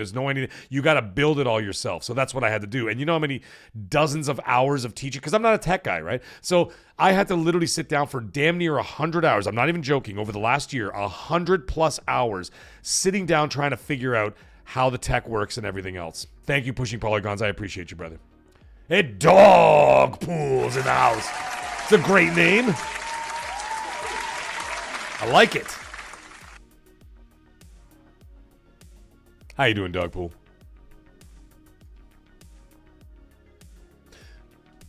So, we talked about everything we had to talk about. We're reaching almost a 2-hour mark. Let's talk about some superhero stuff. So as we already know, we got Wolverine coming out in the fall.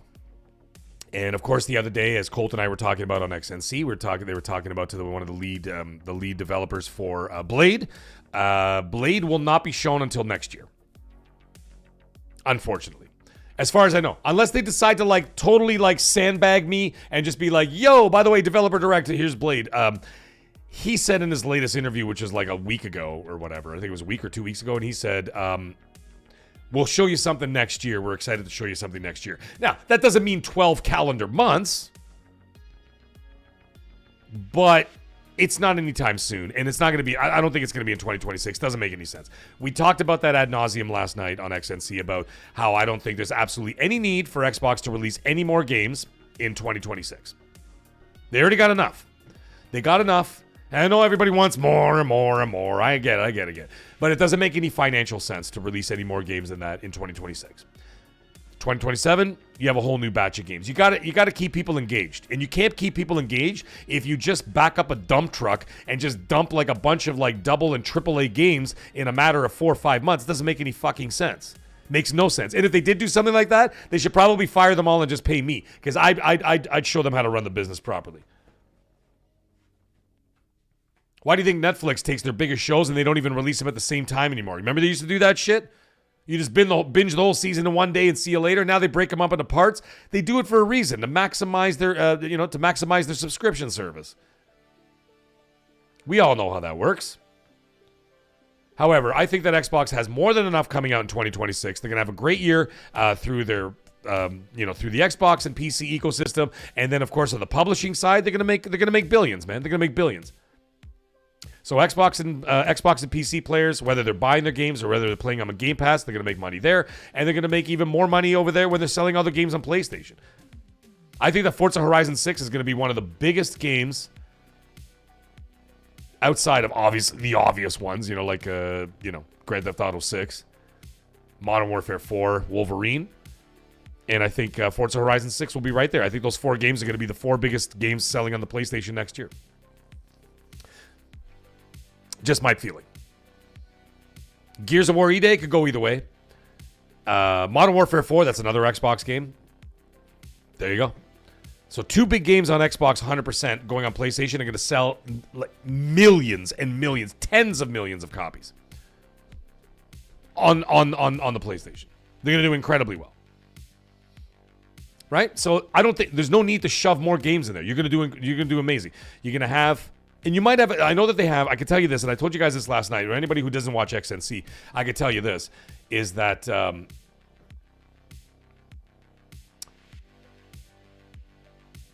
Developer Direct is going to have 2 third-party titles showing up at the Developer Direct.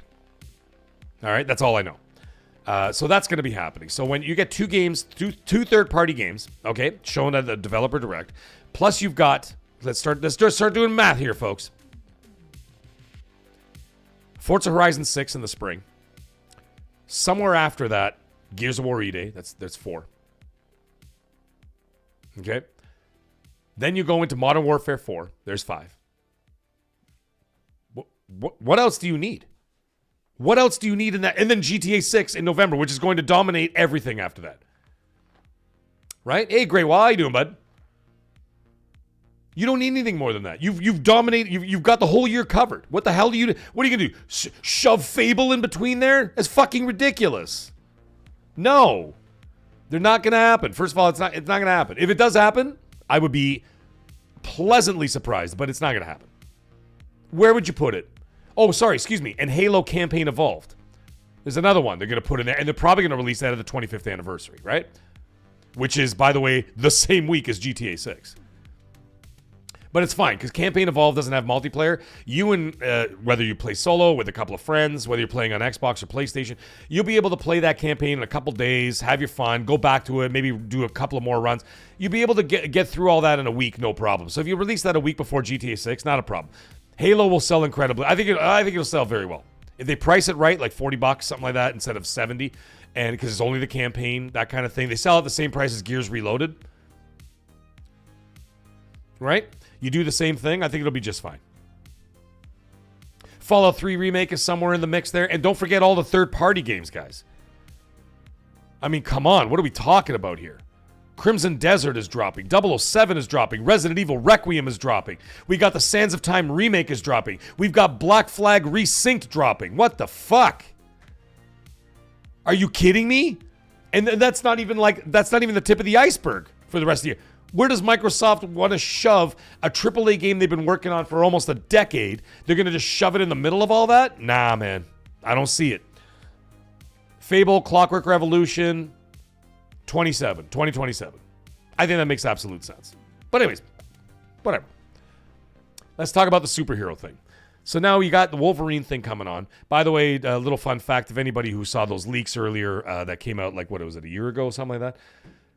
We talked about all that. Yeah, Saros is in. Saros got moved by 1 month there, D. It's moved to April now, so Saros will be in April. Yeah, and then we got Brandon Christensen, and then Crimson Desert kind of overwhelms me. That's going to be in March. There's a lot of stuff going on, man.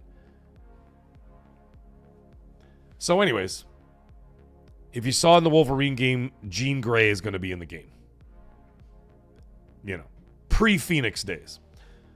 She's going to be in there. Now, I don't know what capacity she's going to be in the game. I know that she's in the game at some point. I think you get to play as her. And from what I'm hearing, and there's no confirmation on this, I know that it was talked about at Insomniac, is that was a precursor and a sort of litmus test for how they're going to be working on, in the future, an X-Men game. Isn't that exciting? Wouldn't that be exciting? Holy shit, High on Life 2 is on Game Pass as well. Is that right, Game on Jesse? Holy crap. That's a lot of shit in 2026, guys. What are we talking about here, man?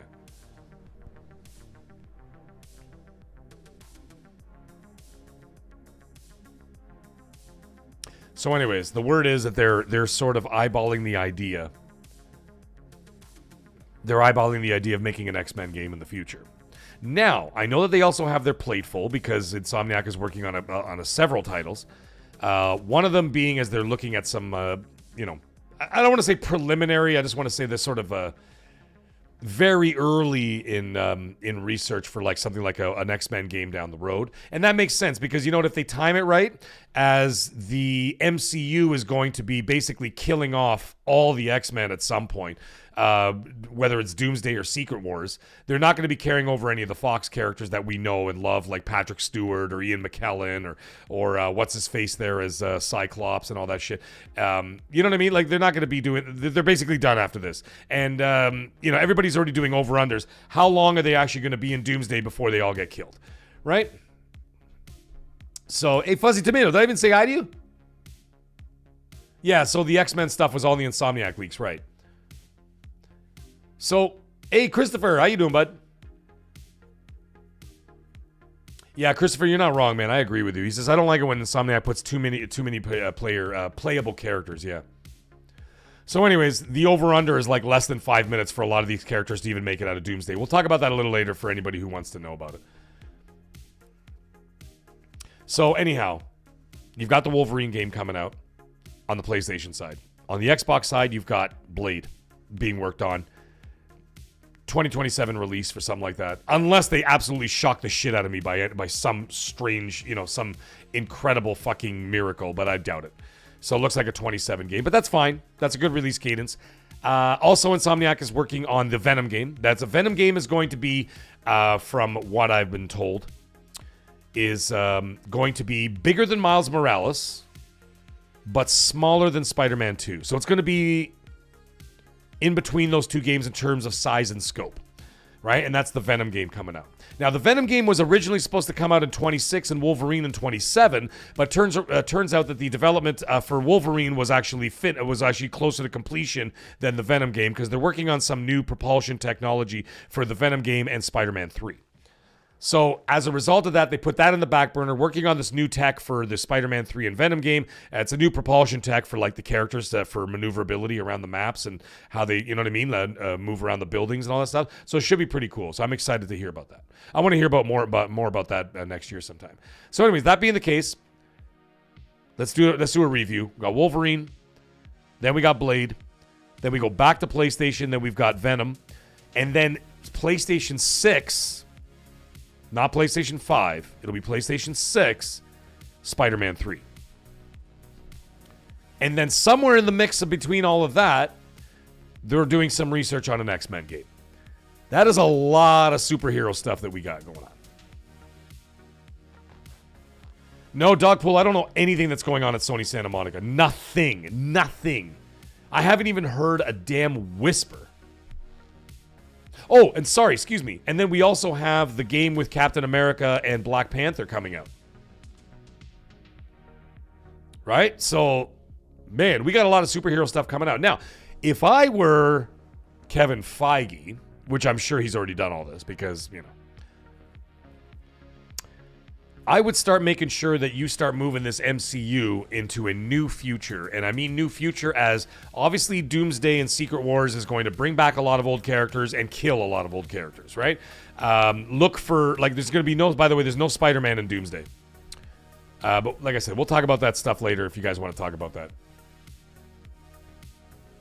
that. As a result of that, you know what you need to do? Take a little break. Take a little bit of time, and then recast everybody. Everybody! But you keep the core.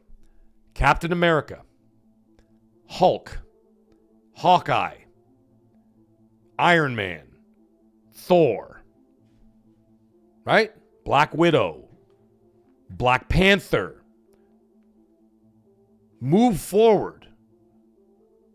Use T'Challa's son that they showed in that last minute trailer or whatever. Right? You move forward with that. And then what you do with that, you talk to these teams that you got working at Insomniac or whatever. Really, and by the way, they're going to be recasting all the X-Men too. Like, you know, we'll get into some of that spoiler talk a little bit later. But you got the X-Men coming in. New X-Men are going to be coming in, right? And that's going to be after the fact. So guess what? If you got Insomniac working on an X-Men game, start tying the shit together. You got a new Spider-Man game coming out, or sorry, a new Spider-Man movie coming out after New Day. Tied into Spider-Man 3. Recast Venom at this point. Sony owns that. Recast Venom. They already did the story with Tom Hardy. Move past that. Do a new Venom. You don't have to tie it in directly because Tony Todd, God rest his soul, Tony Todd did all the voice work for the Venom game before he passed away. His family confirmed that.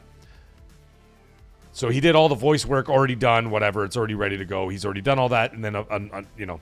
And then, of course, there was his unfortunate passing. Right? So as a result of that, you know. But either way, if you release them around the same time, the hype is there. You know what I'm saying? They're going to have to reinvigorate this MCU. And then with all these video games coming out, with all these superhero video games coming out, what a perfect time to do that. Perfect time to do that. Because who's your target audience? Who goes to see these superhero movies? Probably gamers, right? The same demographic, males, by the way, between the ages of 22 and 44. Or sorry, 25 and 44. That's the target. That is the demographic for superhero films. Males 22 to 25. God damn it, I can't even fucking speak. 25 to 44 years old. That is the average demographic for superhero films in Hollywood. Okay? Therefore, not in Hollywood, sorry, of Hollywood movies. Therefore, cater to that group. And who's also in that demographic? Video game players. Video game players are also predominantly male. Yes, obviously there's millions of female gamers. But if you look at the actual statistics, it is still a predominantly male-dominated industry. They're the players, right? So you're basically catering to the same people. So if you release these video games, all these games coming up, which we're going to talk about in a sec, 78 Inc., by the way. A top-tier maggot for 6 months. Thank you so much for all your support, brother. And he says, hope one day we hear about Marvel's 1943 Rise of Hydra. Yes, that's what I was talking about. That was the game. That's the Captain America and Black Panther game I was talking about. You know what I'm saying? By the way, we got an announcement here. McLovin is saying that Battlefield 6 is only $26 on CD Keys. Guys, if you have access to CD Keys, go get that game. It is a fantastic game. I put well over 100 plus hours into Battlefield 6. Wonderful game. I absolutely adore it. And the funny thing is, because I've been Call of Dutied, I have trouble getting back into it because I'm all screwed up. Because the movement is different, the speed is different, the gameplay is different, right? Much more realistic in Battlefield. And as a result, I'm all fucked up now. So I tried to go back to Battlefield. It's embarrassing. So I'm gonna have to spend like a solid day like trying to get reacclimated into like the Battlefield like feel, look, movement, and all that kind of stuff, right? Oh, sorry, I thought you said CD Keys, McLovin. He said something else. CJ. The fuck is that? CJ CD Keys. I don't know. Whatever. Okay, whatever you put in the chat, go check that out.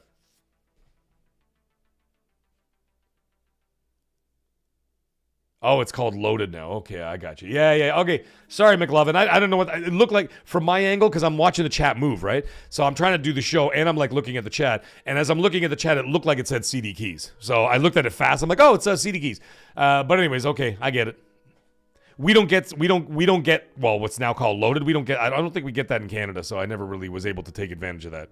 But yeah.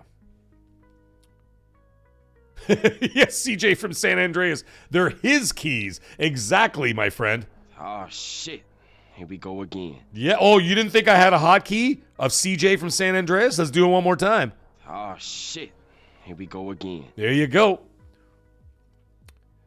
So anyways, if Disney was smart, do a little communication with these teams. Talk about it. You know, I know that Feige's already got like the next 25 years planned, but you know, start doing a little cross promotion. You can actually get some of these viewers back because God knows that since Endgame they've been losing billions of dollars, literally billions of dollars. And on the Marvel side of thing, yeah, probably $1 billion plus they've lost in box office from shitty movies that nobody wants to fucking see because you started pushing for a demographic that's not there. You know? The Force is female. No, it's not. And it's nothing against women, obviously. I'm not saying that at all. God, no. But they're not the demographic that goes to see Star Wars movies. Yeah, okay, there's a subsect, like 5%, 10%. Who's the rest? Boys. Same with superheroes. My daughter likes superheroes. She watches the Marvel movies, but she's not as invested as like my son and all his friends and all the boys and men. You know what I'm saying? Just saying. Hey, Gunler, how you doing, bud? Anyways, the point is, start doing some cross promotion with your films as you're now going to be rebooting the MCU. You're going to have to. You can't carry on with the shit. Nobody gives a fuck about Shang-Chi or the Marvels or anything. Start from scratch, recast everybody, stick to the essentials, the big names that everybody knows and loves or whatever. You got all these video games coming out with those big names. Cross promote, man. What the fuck are you doing? Captain America and Black Panther in the same video game? Dude, that's a match made in heaven. Make a movie like that. You know, you have to recast Captain America anyway. The Falcon thing is just not working. Falcon should have just stayed Falcon because he's fucking awesome as Falcon. He should have just stayed. Even if he had the shield, he kept the shield because you know what's his name? Steve Rogers gave him the shield. Cool, use the shield. But that experiment failed. It failed. So you're gonna have to recast a younger Captain America for the next 15 years anyway. Just recast him. You're gonna have to recast Falcon, right? Because they're all getting, you know, for the next 15 years, 20 years, for the next set of movies or whatever. You can't have these guys 65 years old flying around in a suit. I know they're doing that with Robert Downey Jr. We'll get into that a little bit later. But I mean, that's just a one-off. That's just for Secret Wars. You know what I mean? Doctor Doom is a whole different character. But like for Secret Wars and stuff like that, that's going to be the last hurrah for all these guys. So, reboot it and then tie it in with these video games. It's a great idea. You're going to have to recast Wolverine at some point. I know they made the joke in the last one, Deadpool and Wolverine, where like Deadpool said, what's his name? Ryan Reynolds. He's like, you're going to be playing this part till you're 90. It's a joke. I get it. But I mean, at the end of the day, he's not. You know what I'm saying? So, like, they're going to have to recast Wolverine, too. You got this Wolverine game coming out, introduce a new Wolverine. It doesn't have to be in the same time, in the same week or whatever, but within a certain period of time, you do all that stuff. You got the new Venom game coming out, not this year, but the year after, another year and a half from now, almost 2 years from now, basically. You got a new Venom game coming. Recast Venom. Tom Hardy's done with the role. He's off doing other things. He's in, what the hell's that show called? Such a good fucking show, man. Mobland. Okay, Tom Hardy's busy doing Mobland. He's not going to go back to Venom. Cast a younger, whatever the hell his name. I always forget his damn name. You know what I'm saying? Cast somebody else for a new Venom movie. Have it somewhere in the vicinity of the Venom game. Guys, cross promotion, big bucks. And then, of course, you're introducing it to a whole new generation of kids. Yeah, there's always going to be us old graybeards out there, 55 years old. We're going to go watch a new Venom movie in the movie theater. Sure, we will. But they're not attracted. They're not worried about you. They're worried about the younger generation that's 13, 14. You want to introduce them because they will become lifelong customers, and then they're going to reach 55 one day, and they're still going to be watching those superhero movies just like we did. Right? You want to make multi-generational fans. Start them young, and then have them into their 50s and 60s still watching the movies and still supporting. That's how you do it. And with all these video games... coming out, what's the perfect time to cross-promote? They can't get this goddamn Blade movie off the ground. You got a Blade video game coming out. Obviously, they're going to be different actors because Mahershala Ali is not in the game, but Mahershala Ali has obviously been tied to the film. The film got canceled again because apparently it's really fucking hard to make a movie about a masculine man by himself killing vampires. How fucking hard is that? Apparently, it's impossible for Disney. They can't figure shit out. How can we stick 7 girls in this movie? Fuck off. Just make a movie about Blade and Whistler. That's it. That's all you need. You don't need love interests. You don't need women in there. You don't need girl boss. You don't need none of this bullshit. Because the first script, I read it, by the way. And I'm not just talking out of my ass. I read the script. The first one. The first draft. It was sent to me. I read the script. You know what the movie was about? It was about Blade's daughter and her 2 girlfriends. And they were going to be the focus of the movie instead of Blade. Hey, Marco, how you doing, bud?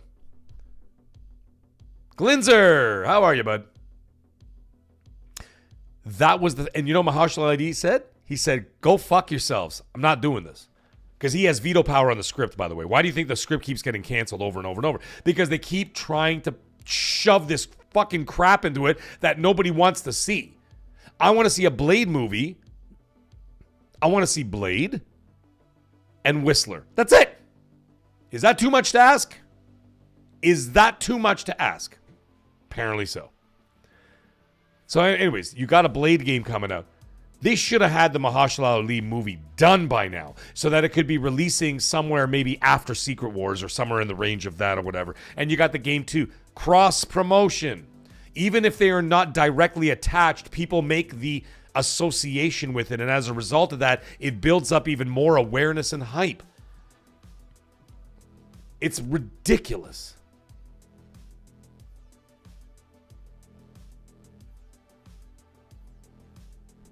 A Midnight Suns movie could really be really cool.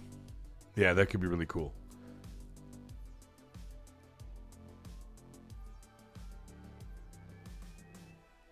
Rest in peace, Chris. Who died? Noisy Mofo, you can't just drop something like that in the chat and I'm just sitting there like, what? Hey, Dizzy Delta, how you doing, buddy? Yeah, I had a great holiday. Yeah, it was wonderful. Thank you. I hope you did as well. I hope everybody had a wonderful holiday.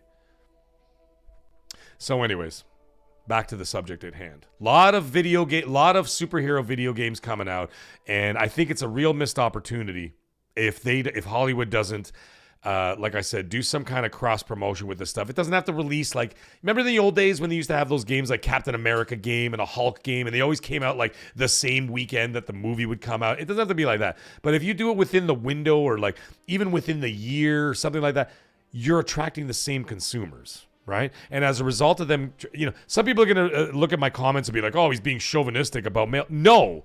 I know the numbers. I've seen the metrics in front of my face. When it says it's a predominantly boy brand, superheroes and video games, they are. Doesn't mean women are not playing them. Of course they are. Millions of women are watching those movies and playing the video games, but they don't even make up a small percentage of the population of the demographic. And I've literally seen the numbers in front of my face. Video games, same thing. Right? Movies and video games, the same thing.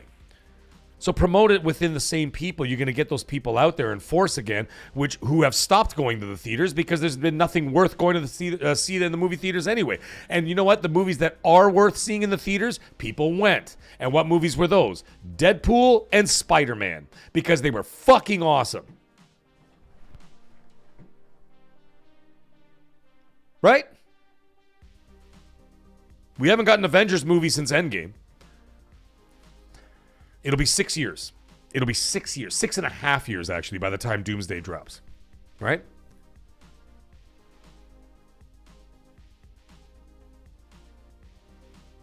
Oh, Chris Christopherson. Yeah, okay, Jesus Christ, man. Noisy Mofo, you scare me for a minute. You're like, rest in peace, Chris. I'm like, Chris who? Chris who? Who died? Who died? I'm like, please. You know what I mean? Agreed, Mirko, agreed. So anyways, that's that. That's pretty much all I had to say there about the topic of the superhero stuff. I think it's exciting. I'm really looking forward to it. I love playing superhero video games. I think they're a lot of fun. I've always enjoyed them. I've always enjoyed being able to sort of lose myself in a character, and especially as like the games get more involved, the graphics are better, the environments are better. You literally get enveloped in the situation where you feel like you're there. Right? So you get excited. You're like, this is awesome. Like, I love being Captain America. I really enjoyed, by the way, the Avengers game that Square made. Like, it was still a good game. I know they focus on Miss Marvel, but I still enjoyed the game. I liked it. I actually liked Miss Marvel as a character in the game. I thought she was great. She was funny. She was witty. Showed some of the family dynamic and stuff like that. That was pretty cool, right? And I enjoyed the game. And I enjoyed being able to play all the different characters. Thor and Iron Man and, you know, Captain America throwing my shield around and shit, and like Hulk smashing everything and ripping trees out. That was an awesome fucking game, man. I really enjoyed it.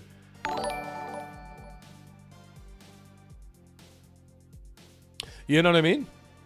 I really enjoyed it. So either way, it is what it is. I enjoyed that. I enjoyed like the Captain America game from the 360. I played that. The Hulk games from the 360 era. I never played those on PlayStation. I played those on Xbox in those days.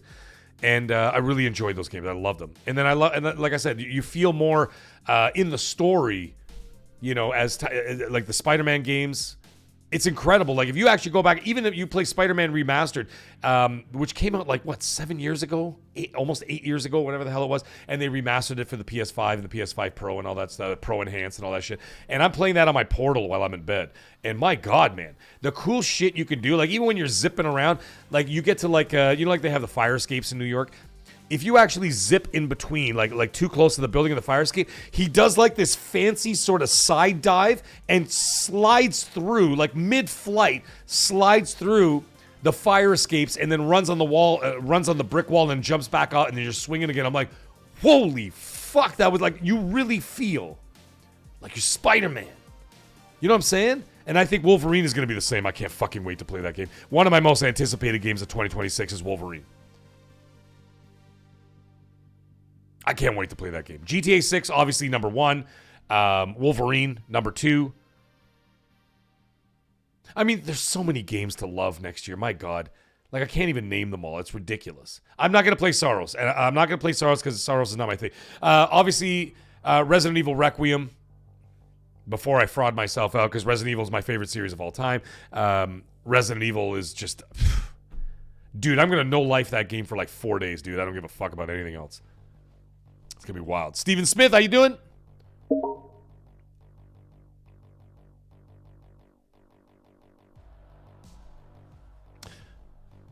Hey, Glinzer. How you doing, buddy? And he drops a $5 super chat. Thank you so much, my friend. I appreciate you, Glinzer. Always a supporter of the channel, man.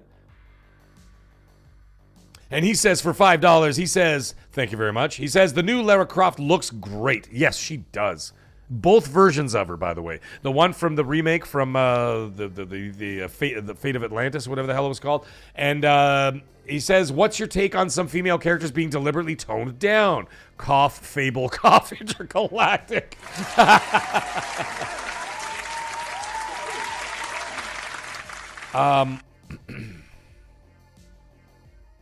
There's a term I heard in Hollywood, which is so fucking good. At the height of woke, like when it was really fucking bad, there was a term going on in Hollywood which people were laughing about, and behind the scenes, because everybody was afraid of getting fired. It was still, cancel culture was at an all-time high. The Me Too shit was going on. It was all kinds of crazy stuff going on there. So everybody was afraid to fucking even open their mouth.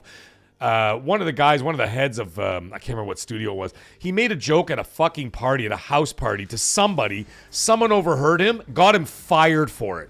Like, fuck you, man. The guy made a joke at a party, and he wasn't even talking to that fucking bitch. He was just talking to some other guy, and he made a joke, and he's like, ha ha ha, the two of them laughed. This chick worked for him, reported him, and then got him fired. Like, so no one is, anyway, the term in Hollywood was attractophobia. And Glinzer, I want you to take that term and think about that. Attractophobia. So what it was is that during that movement, they were all afraid because they're trying to be so inclusive, is that you couldn't be too hot. Because they're like, well, that's not realistic. Women don't look like that. They're not wrong. There is a part of that is very truthful. Okay? There is a part of that is very truthful. I'd be very hard-pressed to walk downtown and find a Lara Croft every 5 feet. I get that. Not everybody looks like that. Not everybody looks like Sydney Sweeney. Right? Those are just facts. We understand that. Hey, PS Vet Gaming, how you doing, buddy? Welcome to hell, buddy.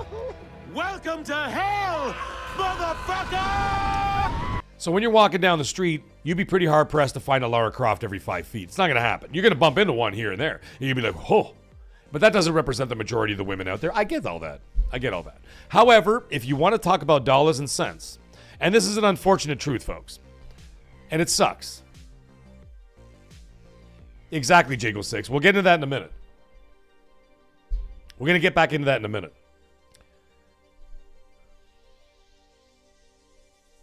Well, we're talking about Lara Croft right now. Here's the unfortunate truth that a lot of people will not say, and it's just a fact. Sex sells. What makes more money than anything else on the internet? Don't worry, I'll tell you. Pornography. What bars and nightclubs are the busiest? The ones with the hottest chicks in them. These are just the realities of the situation. What are the biggest movie stars? The hottest dudes and the hottest chicks. It's not all women. It's always dudes too. Who are the sex symbols? Who are the biggest stars? Who are the biggest rock stars? Male or female. Right? Sex sells. And that's a fact. That's just the way it is. It always will be. I worked in the restaurant industry for 29 years. And I was there when I saw the owners would only hire the hottest girls to serve. Bartenders, they would hire the hottest dudes and the hottest women to serve the bar. And they always had one hot dude and one hot girl behind the bar.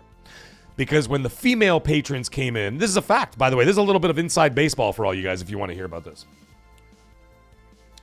Me, I don't give a shit.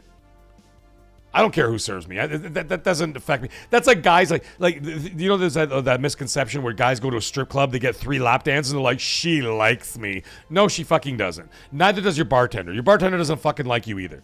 Okay? You go to a nightclub and you start throwing some money on the table. Here you go. Here's an extra 10 for you, sweetie pie. And then she smiles at you and gives you a wink. Doesn't mean she wants to fuck you. Okay? They're just hustling you. It's part of the job. So anyway, I'm beyond all that. I don't give a shit about that. Like I said, I've been in the industry a long time. I don't care what you are. I don't care what you look like. I don't care how much you weigh. I don't care what, you know what I mean? I don't care about any of that stuff. I'm there for a service. That's a whole other thing. But I'm me. The majority of people don't think like that. And that's just the reality of the situation. Look at Stellar Blade. Look at Stellar Blade. Okay? And they did what they did. Look at the Japanese anime and all the other shit that they do and whatever else. What's the most popular medium right now? Japanese anime. Because they just kept it the way it is and they know their demographic. They know their audience. They know their audience. It's just a fact. People can argue day and night, night and day, whatever the hell. You can argue all you want. It's fine. It's totally cool. And I'll respect that. But that's not how the world works.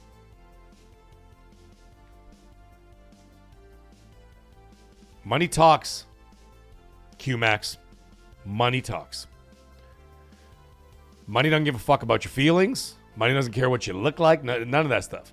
Money talks. And at the end of the day, like I said, sex sells. Now, I don't play video games because the chicks are hot. I don't care about that stuff. I care that the video game is good.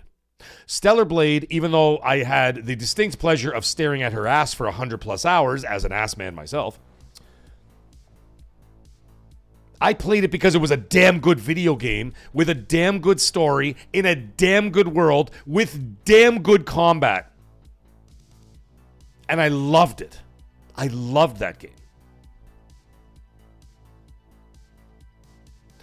You get into Intergalactic, for example. That's part of the part of the super chat that we're going to talk about.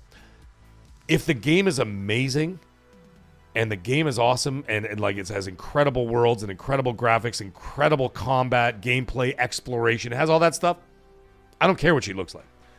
Give me a good fucking game. That's number one. Right?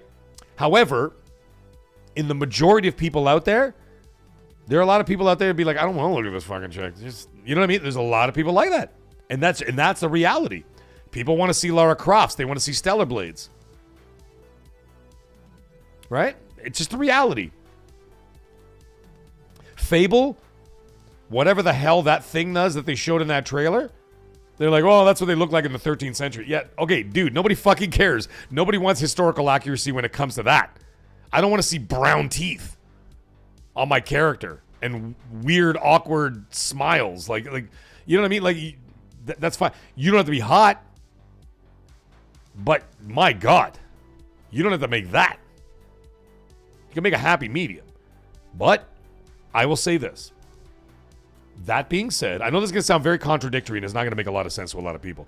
But, that being said, if Fable is an incredible game with incredible graphics and incredible gameplay and an incredible story and amazing combat, then I'll look past her brown teeth and her horrible hair and bad skin. I'll look past all that shit because you've provided me a stellar experience. But do not underestimate that there is a large group of people out there who will take issue with that.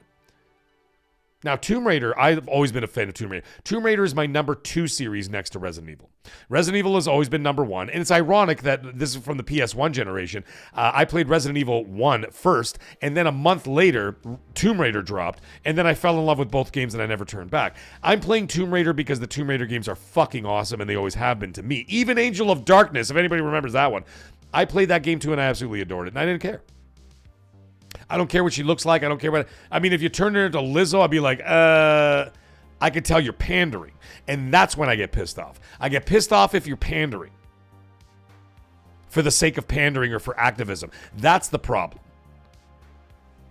You know, but the thing is, how do you know? How do you decide what is the reason why or this, that? You know what I'm saying? It's very hard to make that distinction. And as a result of that, I can't make a judgment on something like that. But anyways, I'm playing both Tomb Raiders day one. I can't fucking wait. The Tomb Raider remake. Oh, by the way, so there you go, 2026. Where the hell are you going to drop Fable? You even got the Tomb Raider game coming out, Fate of Atlantis. And then in 2027, we got the next Tomb Raider game, the actual Tomb Raider. Oh my God, I can't wait. I can't wait. But either way, provide me with a solid experience. Not a solid. You have to provide me with a stellar experience, no pun intended, and then I'm there to play it.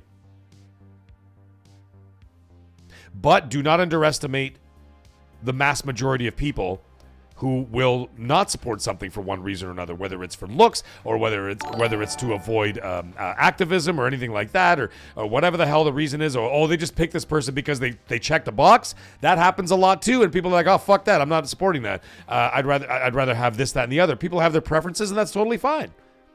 As a consumer, you have the right to do whatever you want, whether you want to support it or whether you wish to not support it. As a consumer, no one's forcing you to do it. As a consumer, you have every right to do whatever you want. It's your money, your time, and your energy. And that's the freedom that I've always preached on this channel here. That's why I've always said it a million times. I may say what I want to say, but like, you know what? You may disagree with me. I can look at the chat and say, oh, you know what? I don't agree with what Mag is saying, or this and that or whatever. Or I agree with what Mag. Doesn't matter. It doesn't matter. I will support it, and everybody else in this chat will support the same thing. Why? Because we have open dialogue and critical thinking that happens on this channel, and therefore, as a result of that, everybody has the right to choose whether they want to stay here or whether they want to leave based on that criteria. And the same should go for your entertainment, whether it's video outside of this entertainment, but like when it comes to movies or when it comes to video games or books or whatever the hell you're into, role playing, God knows whatever you're into, right? You have the right to do that because it's your money, your time. As long as there's two things that I always have to think. As long as you're not hurting anybody, and as long as you're not hurting children. Those are my two things. Other than that, you're a consumer, do whatever the hell you want. And you will not be vilified, and you will not be judged here on the Mag Show. That's for damn sure. And on that note, we got Glinzer dropping another $5 super chat. And he says this. Here's a back up his argument. He says, food may taste great, but you know this. It should look good too. Devs have a choice on how characters look. It feels like they're being anti-male gaze. That is a thing. That is a thing. Everything that I say here, yeah. Or sorry, everything that I've said up until this point, absolutely. Now, is there an absolute influx of purple-haired activists that started working in these studios like 5-6 years ago, and now we're seeing the fruits of their labor, and a lot of people are like, "What the fuck is all this?" or whatever? Sure, it is. What's the term that everybody talks about? The straight white male, straight white male. God damn it! I can't think of the word of it. Are the enemy or whatever the fuck it is, right? But then they also started turning it on everybody else. Then they started turning it on just like other men. Black men, Latino men, Asian men. No, then it just became men. And I'm like, holy fuck, man, what's going on over here? And people started rejecting that stuff, right? And then we saw a lot of those people get, kind of kicked to the curb. Their games didn't do well. Studios got closed. Do we have to talk about Sweet Baby Inc. and all that stuff that happened and whatever else? That is what it is, and it's done what it is done. There was a saying in Hollywood, by the way. It's a real saying. And it was called, male and pale is stale. Not knowing their audience. That's a real saying, by the way. That was passed around by executives and people that worked in the Hollywood system. Male and pale is stale. Clearly not. But the problem is with identity politics is that people put all this focus on it. You're just making things worse. It's so stupid. It's so stupid. It's never made any sense to me. I don't understand it. Just have people doing what they do. Who gives a fuck what they look like or whatever? As long as they're doing what they're doing. You know what I'm saying? It doesn't make any sense to me. Look at someone as a human being first, and that's all there is to it. Not what they are, what they look like, what they preach to, what they, you know what I'm saying? Who gives a fuck about all that stuff? You a good person? Yeah, cool. Yeah, cool. Welcome. You're here. You know what I mean? Doesn't matter what you are. I'm Italian. I'm considered Latin. I'm not considered white. I know it sounds ridiculous. I'm very pale. But I'm considered Latin. And believe it or not, growing up, I'm not even joking, eh? Growing up, I faced a lot of discrimination. A lot. I went to a British school, and I faced discrimination daily. But I didn't give a fuck about it. It is what it is. You know, years later, guess what happened? You know, you just look at people as what they are and whatever else. Same goes in video games. I don't give a fuck about any of that stuff. But the problem is, when people try to ham-fist stuff for no reason, no good discernible reason, or reasons that don't make any sense, that's where people start to get suspicious. They're like, why are they doing this? And then that's where it gets stupid. You know what I'm saying? It doesn't make any sense to me. I don't know. I don't get any of that shit. I don't partake in any of that stuff, nor will I ever. It makes no sense to me. A person is a person. I base everything on behavior. Whether you're a good person or a bad person, I don't give a fuck what you are. I base it all on behavior and personality. That's it. That's all it should be, but you know, whatever. People want to put all that identity politics shit that they did in Hollywood that failed. They started putting it in video games. That started failing. Because people are rejecting it because it's not natural. People don't act like that in society for the most part. They really don't. You go out into the real world and walk around, people aren't fucking doing stuff like that. Stupid. You know what I'm saying? Keep it out of fucking video games and keep it out of movies. Just let people live their normal fucking lives. And everything will be just fine. Like I said, once again, it's based on behavior and what kind of a human being you are. That's all that fucking matters. Anyways, enough of that. Grumpy Old Fart, thank you very much, by the way, for the $5 super chat, Windsor. I appreciate you, brother. And we got Grumpy Old Fart dropping another $2 super chat. My goodness. He says, what's the most fucked up thing you saw while working? Shit. There was one night, it was a very busy night in the middle of the Christmas rush. I was still working on the line as a sous chef. This was many years ago, 22, 23 years ago. I was a sous chef at that time, and I was on the line in the middle of Christmas. Now, anybody who works in the restaurant industry knows how fucking insane Christmas can get, right? Just 18 hours a day, 7 days a week for like 2 months straight. It's from like the first week of November all the way until New Year's Eve. It's just no days off, 18 hours a day, just crazy, right? And it's fucking busy, 1,000 people a day, just turnover. And like the Christmas parties start at 11 in the morning and they go till 3 in the morning. And it's just, you're there the whole time, just cooking and cranking shit out. Anyways, right in the middle of a mad Christmas rush, right? We just finished doing this one set menu party because a lot of the corporations come and do set menu parties and stuff, right? So we're in there, we're doing a set menu party, whatever, blah, blah, blah. As a result of that, what ends up happening is, whenever there's like a lull, like even 5 minutes, everybody in those days, I don't know how it goes now, but everybody in those days all smoked. All right, and cigarettes or weed. All right, it was just the way it was. Now there was a bathroom, like a staff bathroom, right, like at the end of the line. So like you go in, there was like a little common area with like 8 chairs in it, and then there was 2 bathrooms with doors, right? And so everybody used to go in there and smoke and just hang out, and like everybody smoked in there. So it would be like 10 people in this tiny room, and just you couldn't even see them. Everybody just has like hacking smokes and whatever else, right? Anyways, when they banned smoking in restaurants entirely and you could fine, everybody had to start going outside, right?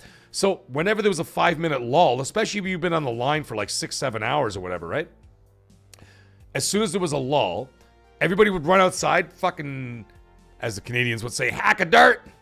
Everybody would smoke really fucking hilarious and just fucking smoke it fast and throw the smoke and run back inside, get your ass in there, wash your hands, get back on the line, start cranking out more meals, right? And so you know what ended up happening? One of the guys, I won't say his name, just in case he ever listened to this show. Oh yeah, polygons, a lot of guys did coke too. I never touched that shit. I never touched a drug in my life. Except for and marijuana. I don't consider marijuana a drug. Anyways, one of the guys is in the middle of Christmas, right? So imagine this. We're in a complex where there's like 16 or 17 restaurants and bars with only one entrance in and one way out. So guess what happened during Christmas season? There's the RIDE program. I don't know if anybody who's in Canada knows the RIDE program. It's the drinking and driving program where all the cops, so they'll set up and they'll do the breathalyzers on everybody going in. And then if you get busted, whatever, they either arrest you or they just suspend you and tow your car, whatever the fuck, right? Or they just let you go if you pass the test, right? But they always stop everybody and they stick their head in the car. They're like, hi, you've been drinking tonight, and with a flashlight. And if they don't suspect, they're like, okay, thank you very much. Go ahead. And they'll just let you go. So the cops we're all lined up in this area, and then there was a bunch of cops sort of patrolling the parking lots because there's literally thousands of people in all these different restaurants or whatever, right? And we were the most popular restaurant, and we were faced right near that entrance. They also had a black van with tinted windows with a SWAT team in it in case shit got real, right? Because they always had to be around. So like whenever they had a ride program, you'd have like 6 or 7 cruisers there, and then you'd always have this black van with SWAT just in case shit got real, right? And so they would call on them, guys, we need your fucking help. And then the SWAT guys would come in. They would fucking shut that down fast. So what happens is we're in the middle of the Christmas rush. It's like 8 o'clock at night. The bartender comes through the kitchen and she goes, I need a fucking cigarette right now. And then like 6 guys take off the line. They go, and I was fine. I didn't need a smoke at that time. I'm like, I'm good. I'll stay here. So I'm standing on the line. I'm talking to someone else. Well, the fucking orders start coming in again, right? Because the next party comes in. The printer's going wild. So it's me and this one guy. And I'm talking to him. He's talking to me. And I'm like, yeah. I go, where the fuck is everybody? I'm like, where'd they go? And now we had a pastry chef who worked right by the back door. I'm like, yo, dude. I go, open the door. Get those guys in here, man. We're going to get slammed again. He opens the door and he comes back in. His face is white as a fucking ghost. You ready for this? One of the chefs sparked up a joint. This is before weed became legal in Canada. So they're all smoking in the back, including the bartender, right? So there's like 6 guys plus the bartender. And they're all smoking like crazy. One of the dumbasses lights up a fucking big joint while the SWAT truck was right there. They pulled up, and when he went out there, when the pastry chef went out there to go see what everybody was up to, they're like, guys, we need your asses in here. We're going to get smoked. They're all in handcuffs on the sidewalk.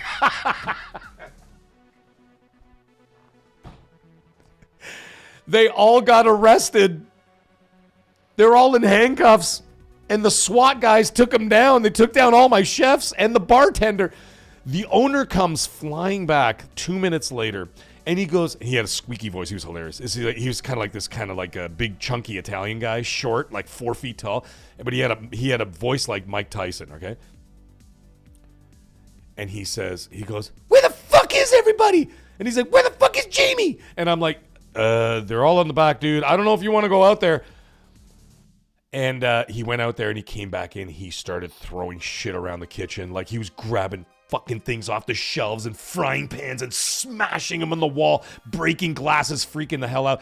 And my whole staff was arrested outside in handcuffs. So you know what ended up? Yeah, basically he was like Joe Pesci, yeah. And you know what ended up happening to him? He goes out there and starts mouthing off to the cops. Well, guess what? They fucking arrested him too.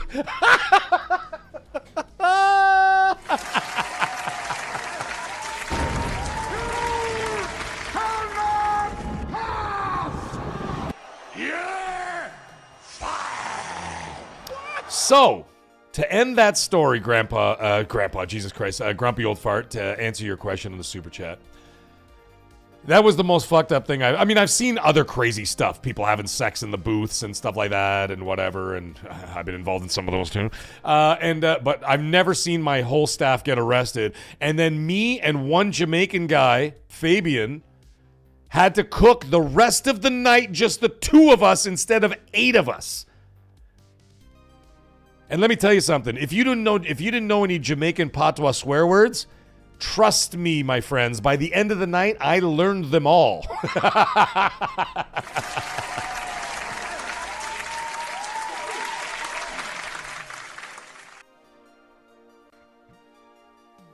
I learned every Jamaican swear word in the vocabulary that night because he was freaking the fuck out.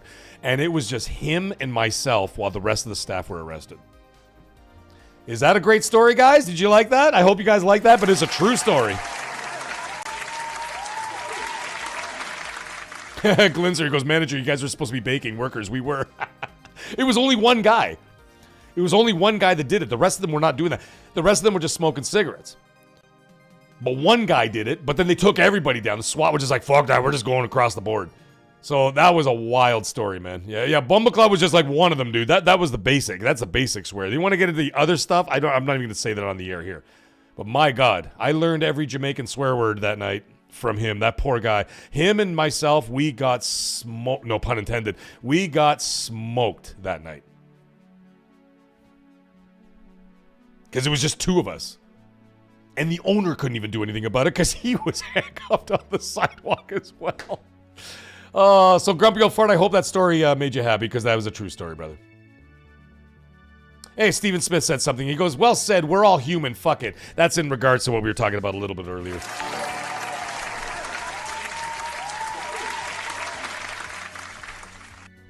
Oh, yeah, you want to talk about crunch? You want to hear these crybabies working over at Naughty Dog? We had to work 44 hours a week. Did you get paid for it, motherfucker? Yeah, we got overtime. Oh, okay, cool. Guess what? I worked 18 hours a day and we didn't get paid. We didn't get paid. They gave us a salary.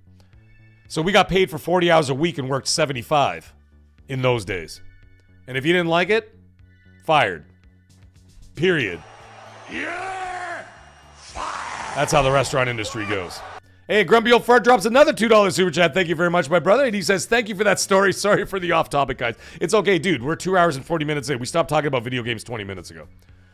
Now, before we carry on, I'm just going to do a little, before we wrap up tonight, just put a yes or no in the chat. And if it's a yes, then I'll talk about it. If it's no, then whatever. But if anybody wants to know what's going on with those Marvel movies and stuff, I'd be more than happy to tell you about it. But I found, and even the DC movies, I found out some interesting stuff. If anybody wants to have some superhero talk for a few minutes. Yeah, we get a pizza party. Yeah, Q-Max made by us.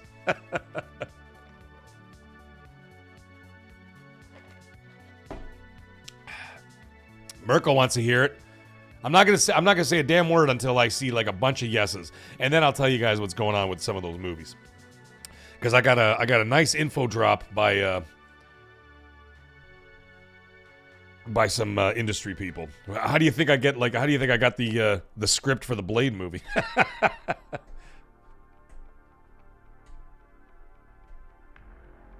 Dizzy Delta's asking me what I've been playing lately. You ready for it?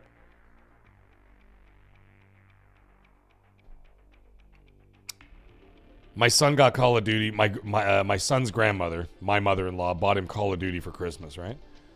And the kid is so excited. He's really enjoying it. And he's playing like nonstop every single day, right? Good night, Aluminum. I appreciate you, brother, man. Happy New Year to you, brother.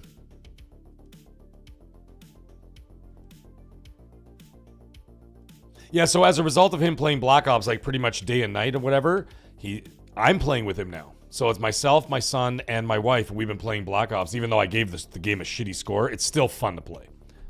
I'm a fucking fraud. What do you want from my life? I'm a fraud.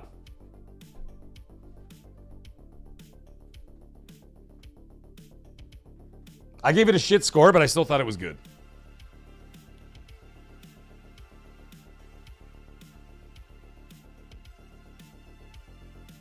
Yeah, I do see Doomcock on YouTube. Yeah, I've seen that guy, yeah. The guy that wears the mask and shit. It's pretty hilarious. All right, looks like people want to hear about it. So listen, I'm going to give it some spoiler alert. No, you know what, Stephen Smith? I haven't heard anything about Gear Z Day in a long time. It's been pretty quiet on the Coalition front. But, however, that being said, in a couple of weeks, I would expect... Oh, it's Jeffrey Garcia. Oh, they changed your name. Hi, dude. Sorry, man. It says PS Vet Gaming. I just read the names. I'm like, oh, fuck, I didn't realize that was Jeffrey Garcia. Yeah, I'm going to go ahead and tell you guys some of the stuff. If anybody wants to tune out, I'm giving you the chance to tune out right now if you don't want to hear about it. But it's okay. The show's over anyway. The show's been over for a while. We're just shooting the breeze now. But either way, anybody wants to hear some of this stuff, stick around. I'll give you another 10 seconds spoiler warning for any DC or Marvel movies coming up.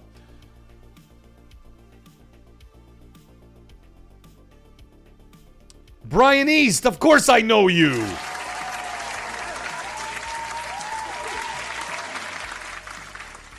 Okay, spoiler warning is in 5, 4, 3, 2, 1. All right, here we go. Okay, guys. Again, we're done with the show. So I saw my number of viewers drop down considerably, but that's okay.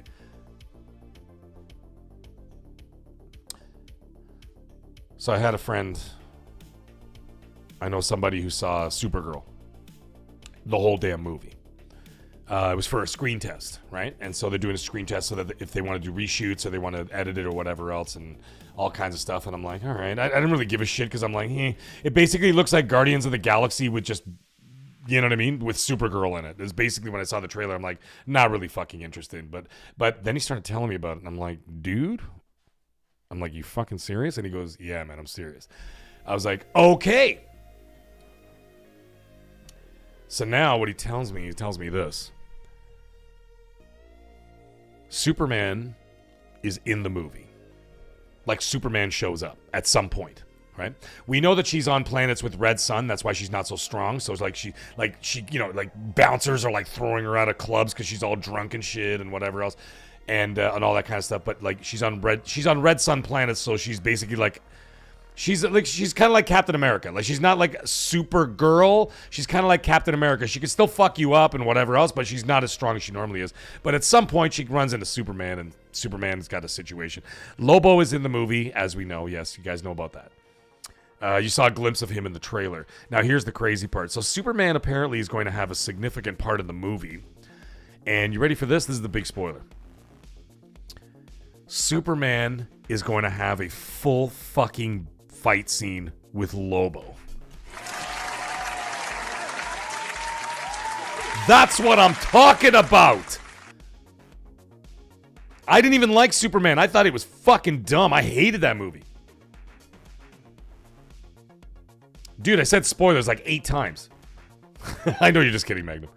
So apparently Superman fights Lobo in the new Supergirl movie. Like, how fucking awesome is that?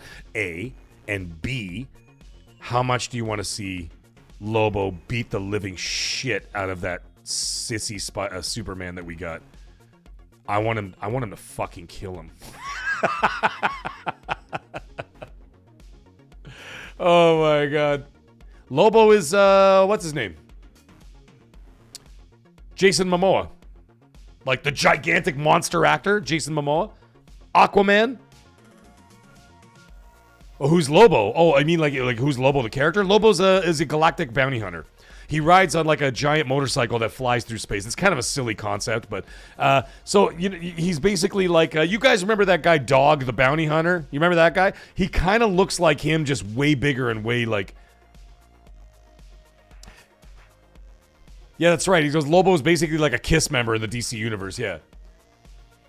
Brandon Chris, did you like him as a Superman? I didn't like him, man. I didn't like him, but hey, you're more than free to have that opinion, my friend. I mean, after Henry Cavill, like fuck, like I watched the new Superman. I tried watching it again. I couldn't finish it. I'm like, this is fucking awful. I couldn't finish the movie. The box office clearly showed that. But hey, that's all it is. So 78 Inc. comes in and drops a $2 super chat. Thank you, my brother. And he said, did you talk about Marvel Armor Wars for 2026? I did not. I actually don't know much about it. He's a bit of an overrated actor, no question, McLovin. But yeah, Jason Momoa is, but he's still excited. I mean, as Lobo, he looks fucking dope. But I can't wait to see that fight sequence with him and Superman. Like, are you kidding me? Lobo and Superman duking it out? That's going to be dope. Thank you, 78 Inc. I appreciate you, brother.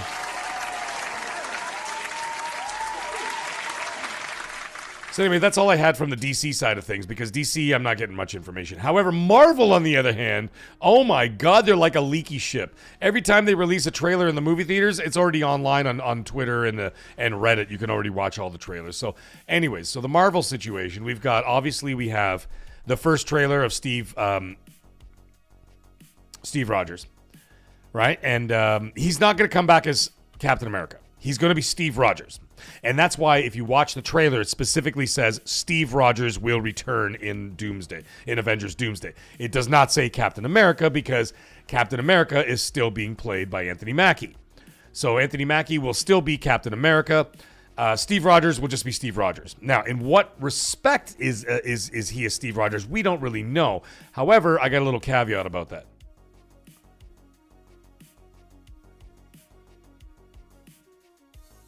Josh Duckwall, we'll get in that in just a moment. So the second trailer, of course, was Thor. And Thor cut his hair. He's back. You know what? I was kind of digging the Thor with the dreadlocks. Like, he had, like, the braided beard and the dreadlocks look. I thought that was a dope-ass look, man. At the end of the Endgame, he looked awesome. He looked badass. I was all down for that. But anyways, he got his short hair back and whatever. Okay, so we got Thor. So now the third trailer, if anybody doesn't know, the third trailer opens up. It's not available yet online, but I still got to see it. It opens up with Xavier's mansion. And you're like, oh. And you see a plaque on the floor. And the plaque on the floor says Xavier's School for Gifted Youths or whatever. And then it goes inside and the place is like all like desolate and destroyed. Not destroyed, but it looks like it's been unkept for many decades and this and that. And it pans into a room and there you see, you hear two people talking and you clearly hear Magneto, right? And you clearly hear Professor X. And then it shows a chessboard. And the chessboard, you see the pieces moving by themselves, lifting and then going. And you see that it was Magneto is playing chess with Professor X like he always does. And he's moving the pieces with his metal powers, whatever. And the camera pans over to Professor X and Patrick Stewart looks exactly the fucking same. Like the guy looks like he doesn't really age much, right? He's got obviously the bald head and the whole look, whatever. He's sitting in his chair. And then you pan over to Magneto. And holy shit, he's got like long ass white hair, like down like to his shoulders and like a long white beard. He looks like fucking Dumbledore, like on crack. So we get to see a much more disheveled Magneto. And then of course, then what ends up happening is it pans out as you see in the background, you see the Xavier School, you know, the mutant school there is burning. And then you see Cyclops running out looking clearly distraught. And I'm talking about the original Cyclops, like 2000, from the year 2000 Cyclops. He runs out from the, and he rips off his glasses and he just goes, "Ah!" And he's just screaming. And then you just see all the fire coming out of his eyes and shit. And then it basically goes to black and it says the X-Men will return in Avengers Doomsday. So I'm like, dope as F. Amazing trailer. Now there's going to be a fourth trailer. The fourth trailer, from what I understand, is going to focus on Doctor Doom. All right? So there's Doctor Doom. He's going to be the focus of the fourth trailer. Now, the interesting thing is somewhere in January or so, or maybe the Super Bowl, they're going to drop a fifth trailer. Now, those ones are just like sneak peeks, like little, you know, little things here and there, right? Little snippets of like whatever, little teasers. And then so I would imagine the Super Bowl sounds like the best idea because they're going to drop that fourth trailer in January. And then the fifth trailer is going to drop after that. So I think that the perfect time to do that would be halftime at Super Bowl. Makes the most sense. And then they're going to show that fifth trailer. And the fifth trailer is going to basically be in like an amalgamation of all those like those teaser trailers like all kind of put together, right? Josh Duckwall saw in the theater this week. There you go. Brandon Christensen, John Bernthal is getting his own Punisher miniseries on Disney Plus. I don't know if you knew that. And then, of course, Bernthal is also going to be playing Punisher in Spider-Man New Day. I don't know if you knew that, but he is. And Savage Hulk is back in Spider-Man New Day. And Sadie... what the hell's her name? Sadie, what the hell's her name? The one from Stranger Things? Sadie Pink, whatever the fuck her name is. Pink Sadie? I don't know what the hell her name is. Whatever. Her, Sadie chick. The red-haired girl, Max from Stranger Things. She's playing Jean Grey in Spider-Man New Day. She's playing the first mutant. First new mutant. And she's going to be the one that's responsible for making Hulk Savage Hulk. Sadie Sink. Why did I say Sadie Pink? What the fuck? 78 Ink. Don't make me laugh. Sadie Sink. Yeah, anyway, she'll be playing Jean Grey. She'll be basically like a new Avenger. A new X-Men, like the start of the X-Men. And she's going to be the one that actually turns Hulk from, Smart Hulk into Savage Hulk. So, yeah, the Spider-Man New Day, I saw that trailer too. Fuck, that looks really fucking good, man. That looks really good. Scorpion's in that movie. So you're going to have Punisher, Spider-Man, Savage Hulk, Jean Grey in the Spider-Man movie. And Scorpion is going to be a bad guy in that movie. And whatever, so there's that. Now, as for Doomsday, back to Doomsday. By the way, Spider-Man is not in Doomsday. Spider-Man's next appearance is going to be in Secret Wars, not in Doomsday. So there's that. Unfortunately, it kind of sucks. And fuck, Max, what are you saying? I was kind of looking forward to that. But also expect to see other Spider-Man in the Secret Wars. You're going to see Tobey Maguire and Andrew Garfield returning, as well as Tom Holland. But anyway, that's a whole other story for another day. Because that hasn't even started shooting yet. They're still working on the script. Well, the script is done, but I mean they're still doing the work on Doomsday. But anyways, as for Doomsday, it should be pretty interesting. Savage Hulk is still being played by Mark Ruffalo, dude. Same guy.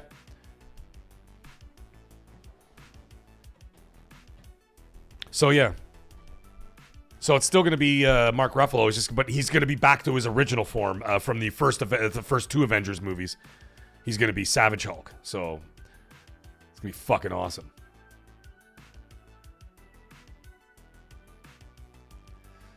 So anyways, back to Avengers Doomsday. Looks like Doom is actually going to be a good guy for a good part of the film, as there's a convergence. Now, if you guys want to know what the exact story is, go look up the Marvel Doctor Doom Convergence comics. That's where you'll find out what the exact story is. I'm not going to say all the whole story here. But that's where you're going to get the story of what Doomsday is all about. Basically, Doomsday's Doctor Doom is going to be helping them because there's going to be a convergence of there's going to be a global event that's going to happen with multiple different realities or whatever, multiple planets, that kind of thing. It's going to be a situation, and that's why they're showing Captain America, and you're like, wait a minute, Captain America has a child. Clearly, that's not modern times because modern times they showed him as an old man handing the shield to Falcon, right? You remember that at the end of Doomsday? So you're like looking at it and like, what fucking time is this? Why are they showing Steve Rogers with the baby that's clearly after World War II, which is like 70 years before the events of Endgame? He's a variant. Yeah, RDJ is Doctor Doom, yeah.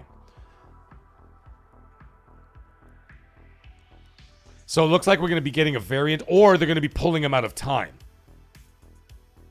That's one of the two choices. I haven't got confirmation on that one though. But Steve Rogers will return in his like prime form, not old man form, and somehow he's either going to be from this convergence whether he causes it. That's another thing they're talking about. He may have actually been the cause of the convergence of these different timelines or whatever else, or the two different worlds and all that kind of shit. And that's where Steve Rogers kind of like gets sucked through and ends up like prime Steve Rogers in the modern era or whatever else, right? Because clearly it doesn't make any sense that he's already hung up the suit. It's just after World War II, and he's clearly in the house with Peggy. You don't see her, but she's there. I mean, obviously he's living with her, and he's holding this baby. So that obviously takes place 70 years ago during World War II, when he went back in time to return the stones. You remember that? He returned the stones at the end of Endgame, and then he showed up again as an old-ass man because he knew that the Avengers would all be sitting there at Tony's funeral, and he was going to be an old-ass man sitting there, and he had the shield, and he handed it to Falcon to carry on, because he knew that was going to happen at that time, because he had already had the foresight, right? So anyways, it's going to be either a variant of Steve Rogers, or Steve Rogers is going to get pulled through of the convergence, which may have been actually his cause. Now, the interesting thing is that Doctor Doom is working with Stephen Strange to close this convergence and stop it from happening. And in fact, it turns out that Doctor Doom is actually a good guy trying to help humanity, not go against them. But then at some point he's going to have to make a decision that's actually going to cost lives, but it's what he sees as the only option as to how to save the planet and how to save people, whatever, and they're going to try and stop him. So in fact, it's going to be very similar to like a tragic story tale of like a guy who doesn't realize he's doing bad in order because he thinks he's doing good, kind of like the Thanos idea. Like Thanos wanted to snap out half the galaxy because it was actually better for the galaxy, because the galaxy could not maintain that many people. They were going to run out of food and water, and they were going to starve to death anyway, so he was trying to do the right thing, just not in the right way. So very similar to what Doctor Doom is going to be doing in this movie. So he's actually going to be working with Doctor Strange, right? And that's very interesting as well. Now, the teams are going to be split up. You're going to have different teams of like young Avengers, old Avengers. You're going to have some outliers. You're going to have the X-Men, and they're all going to be separate units sort of working, not in tandem, not all working together. They're all going to be doing their own sort of thing. And at some point, some will battle with each other, some will battle with Doom and all that kind of shit. So Doom will have lots of screen time in this movie. Now, the very interesting thing, and this is the last thing I'm going to leave you with, because I'm not going to spoil the whole goddamn movie, but I will tell you this. I know there's a spoiler cast at this point. The interesting thing is that Doom damn well knows, and this is very cool. This is very cool. Cyber Gunter! Are you back? I haven't seen you in the chat for a while. He says Marvel needs to just... What is he saying? Damn it, the chat moved on me. Fuck, I wanted to read that. Oh, here it is. He goes, Marvel needs to just sign Wesley Snipes to play Blade. Shit, they got RDJ old ass playing Doom. Yeah, dude. Wesley Snipes was top tier in Deadpool Wolverine. Top fucking tier with the white goatee and shit. He looked dope as fuck. And listen, let me tell you something. Wesley Snipes is a beast. Okay? The dude's in shape, and the guy still knows his the guy is a martial arts master. What the fuck? What, like, just make an old, like, Blade movie. Like Logan. Or like The Dark Knight Returns. You know, like when Batman retires and he comes back and whatever else as an old man. The fuck? Make a Blade movie like that. Call it, you know, call it Blade, what the fuck you want to call it? Blade Legacy or something like that. I don't know, whatever. No, Blade Twilight. Because it'll be like his last hurrah, right? And then Twilight, nighttime, vampires, you know, a little play on words. I think it's a good idea. Wesley Snipes is fucking top tier, man. I think they should have kept Wesley Snipes as Blade absolutely 100%.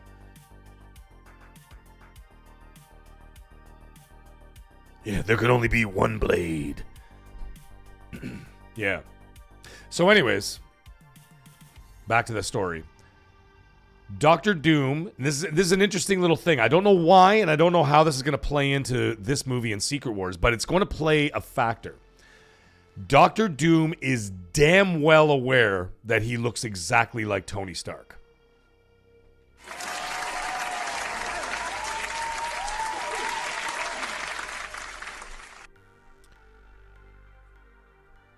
And apparently it's something they will address. It's not going to be like a, oh, by the way, he's just there and fuck off. You just pretend he's somebody else. Like, it's not going to be like that. It's not going to be like a situation where he's going to be like, oh, yeah, he's there. Suspended disbelief. He's Doctor Doom. Don't worry about the fact that he looks exactly like Tony Stark. But apparently they address it in the movie. And Doctor Doom damn well knows and acknowledges the fact that he looks exactly like Tony Stark. That's what I'm going to leave you guys with tonight, because that, my friend, that's something to really sit back and ponder, isn't it? It's pretty cool, eh? I thought it was a pretty cool little thing. I'm like, fucking right. I like how they're leaning into that. That's pretty cool. Cyber Gunter, come on! Yeah! He goes, Twilight, get the fuck out, Mag, you're fired. Yeah, I'll fire myself. Yeah! Why do you say this to me? When you know I will kill you for it. So there it is. Yeah, anyways, I will leave you guys with that. A little bit of food for thought. And I will say nothing else about the movie. I just thought it was kind of fun to have like a little spoiler cast after hours here as we wrap up the show. So, I mean, we wrapped up the show an hour ago, but, just to have a little food for thought, little talk and whatever else. And listen, at the end of the day, folks, let me tell you something, all right? Everything we say in this podcast, this is going to be a public service announcement before I sign off for the night. Everything we say on this show, whether it's in the chat, whether it's on the microphone, whether eventually we be guests, Sunset, that sounds good too, D. These are all opinions. And people can get all worked up about that shit and whatever. They take it personal and they get all crazy or whatever. Don't. It's not worth it. Or if you say someone, and I've never seen it in this chat, by the way. I've never seen it in this chat. You might get it after the fact, like in the comments section, but you know, it is what it is. What are you going to do? However, I will say this as my public service announcement before I sign off for the evening. I've said it a million times in the show. Every opinion is respected here, as long as you're respectful as a person. You want to be an asshole? Be an asshole somewhere else. That's a whole different thing. I don't want any of that shit in here. I may come across as an asshole sometimes, and it's only because of my delivery, the way I talk. It's because I'm Italian. Italians talk very aggressively, all right? And it's just part of our culture. It's just something that we do, and it's not to be taken like, you know, sometimes, like my wife even said to me before, like she really got to know me. She's like, why are you angry at me? And I'm like, what are you talking about? Like, I'm just talking to you. And then I don't even realize that, you know, because that's how Italians talk. So we may come across very aggressive, whatever, we're not. But anyway, the point is that all opinions said on this show, in the chat, in the comments, all respected as long as you're respectful. And we may talk about very touchy subjects. We talked about some very touchy stuff tonight. Not crazy touchy stuff, but we talked about some touchy stuff. We talked about some identity politics stuff tonight. We talked about, like activism stuff tonight.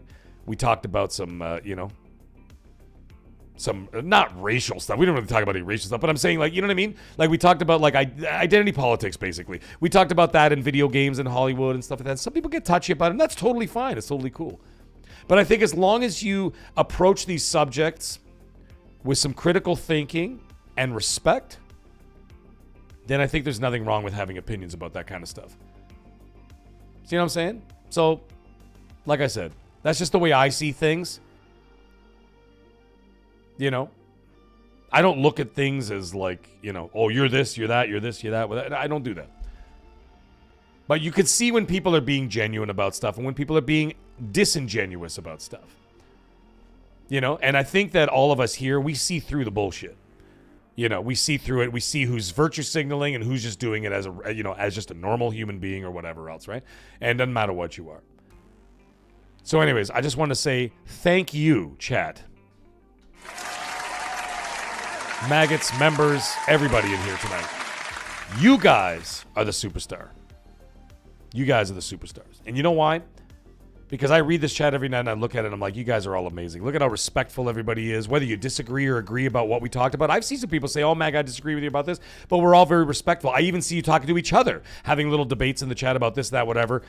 And everybody's respectful with each other. And that is all I've asked on this channel. Is that people just show each other respect and approach each subject with maturity. Always humor as well. And that's the way that we should all live our lives. As human beings. Anyways, on that note, I want to thank everybody for all the support tonight. The super chats and the member chats and everything else. And even just being here to say hello. Hit the like button. Help me out. Even if you weren't lurking, even if you're working and lurking or doing whatever the hell you do, hit the like button on your way out. That's all I ask for. But for everything else that has come my way, thank you guys all so much. I really appreciate every last bit of it. Because I wouldn't be here without any of you guys. And the foundations of what I'm building here on this channel are going to be based on a strong on that strong foundation. And you know what that strong foundation is? Every last one of you in this chat. And I love you guys. I really do, man.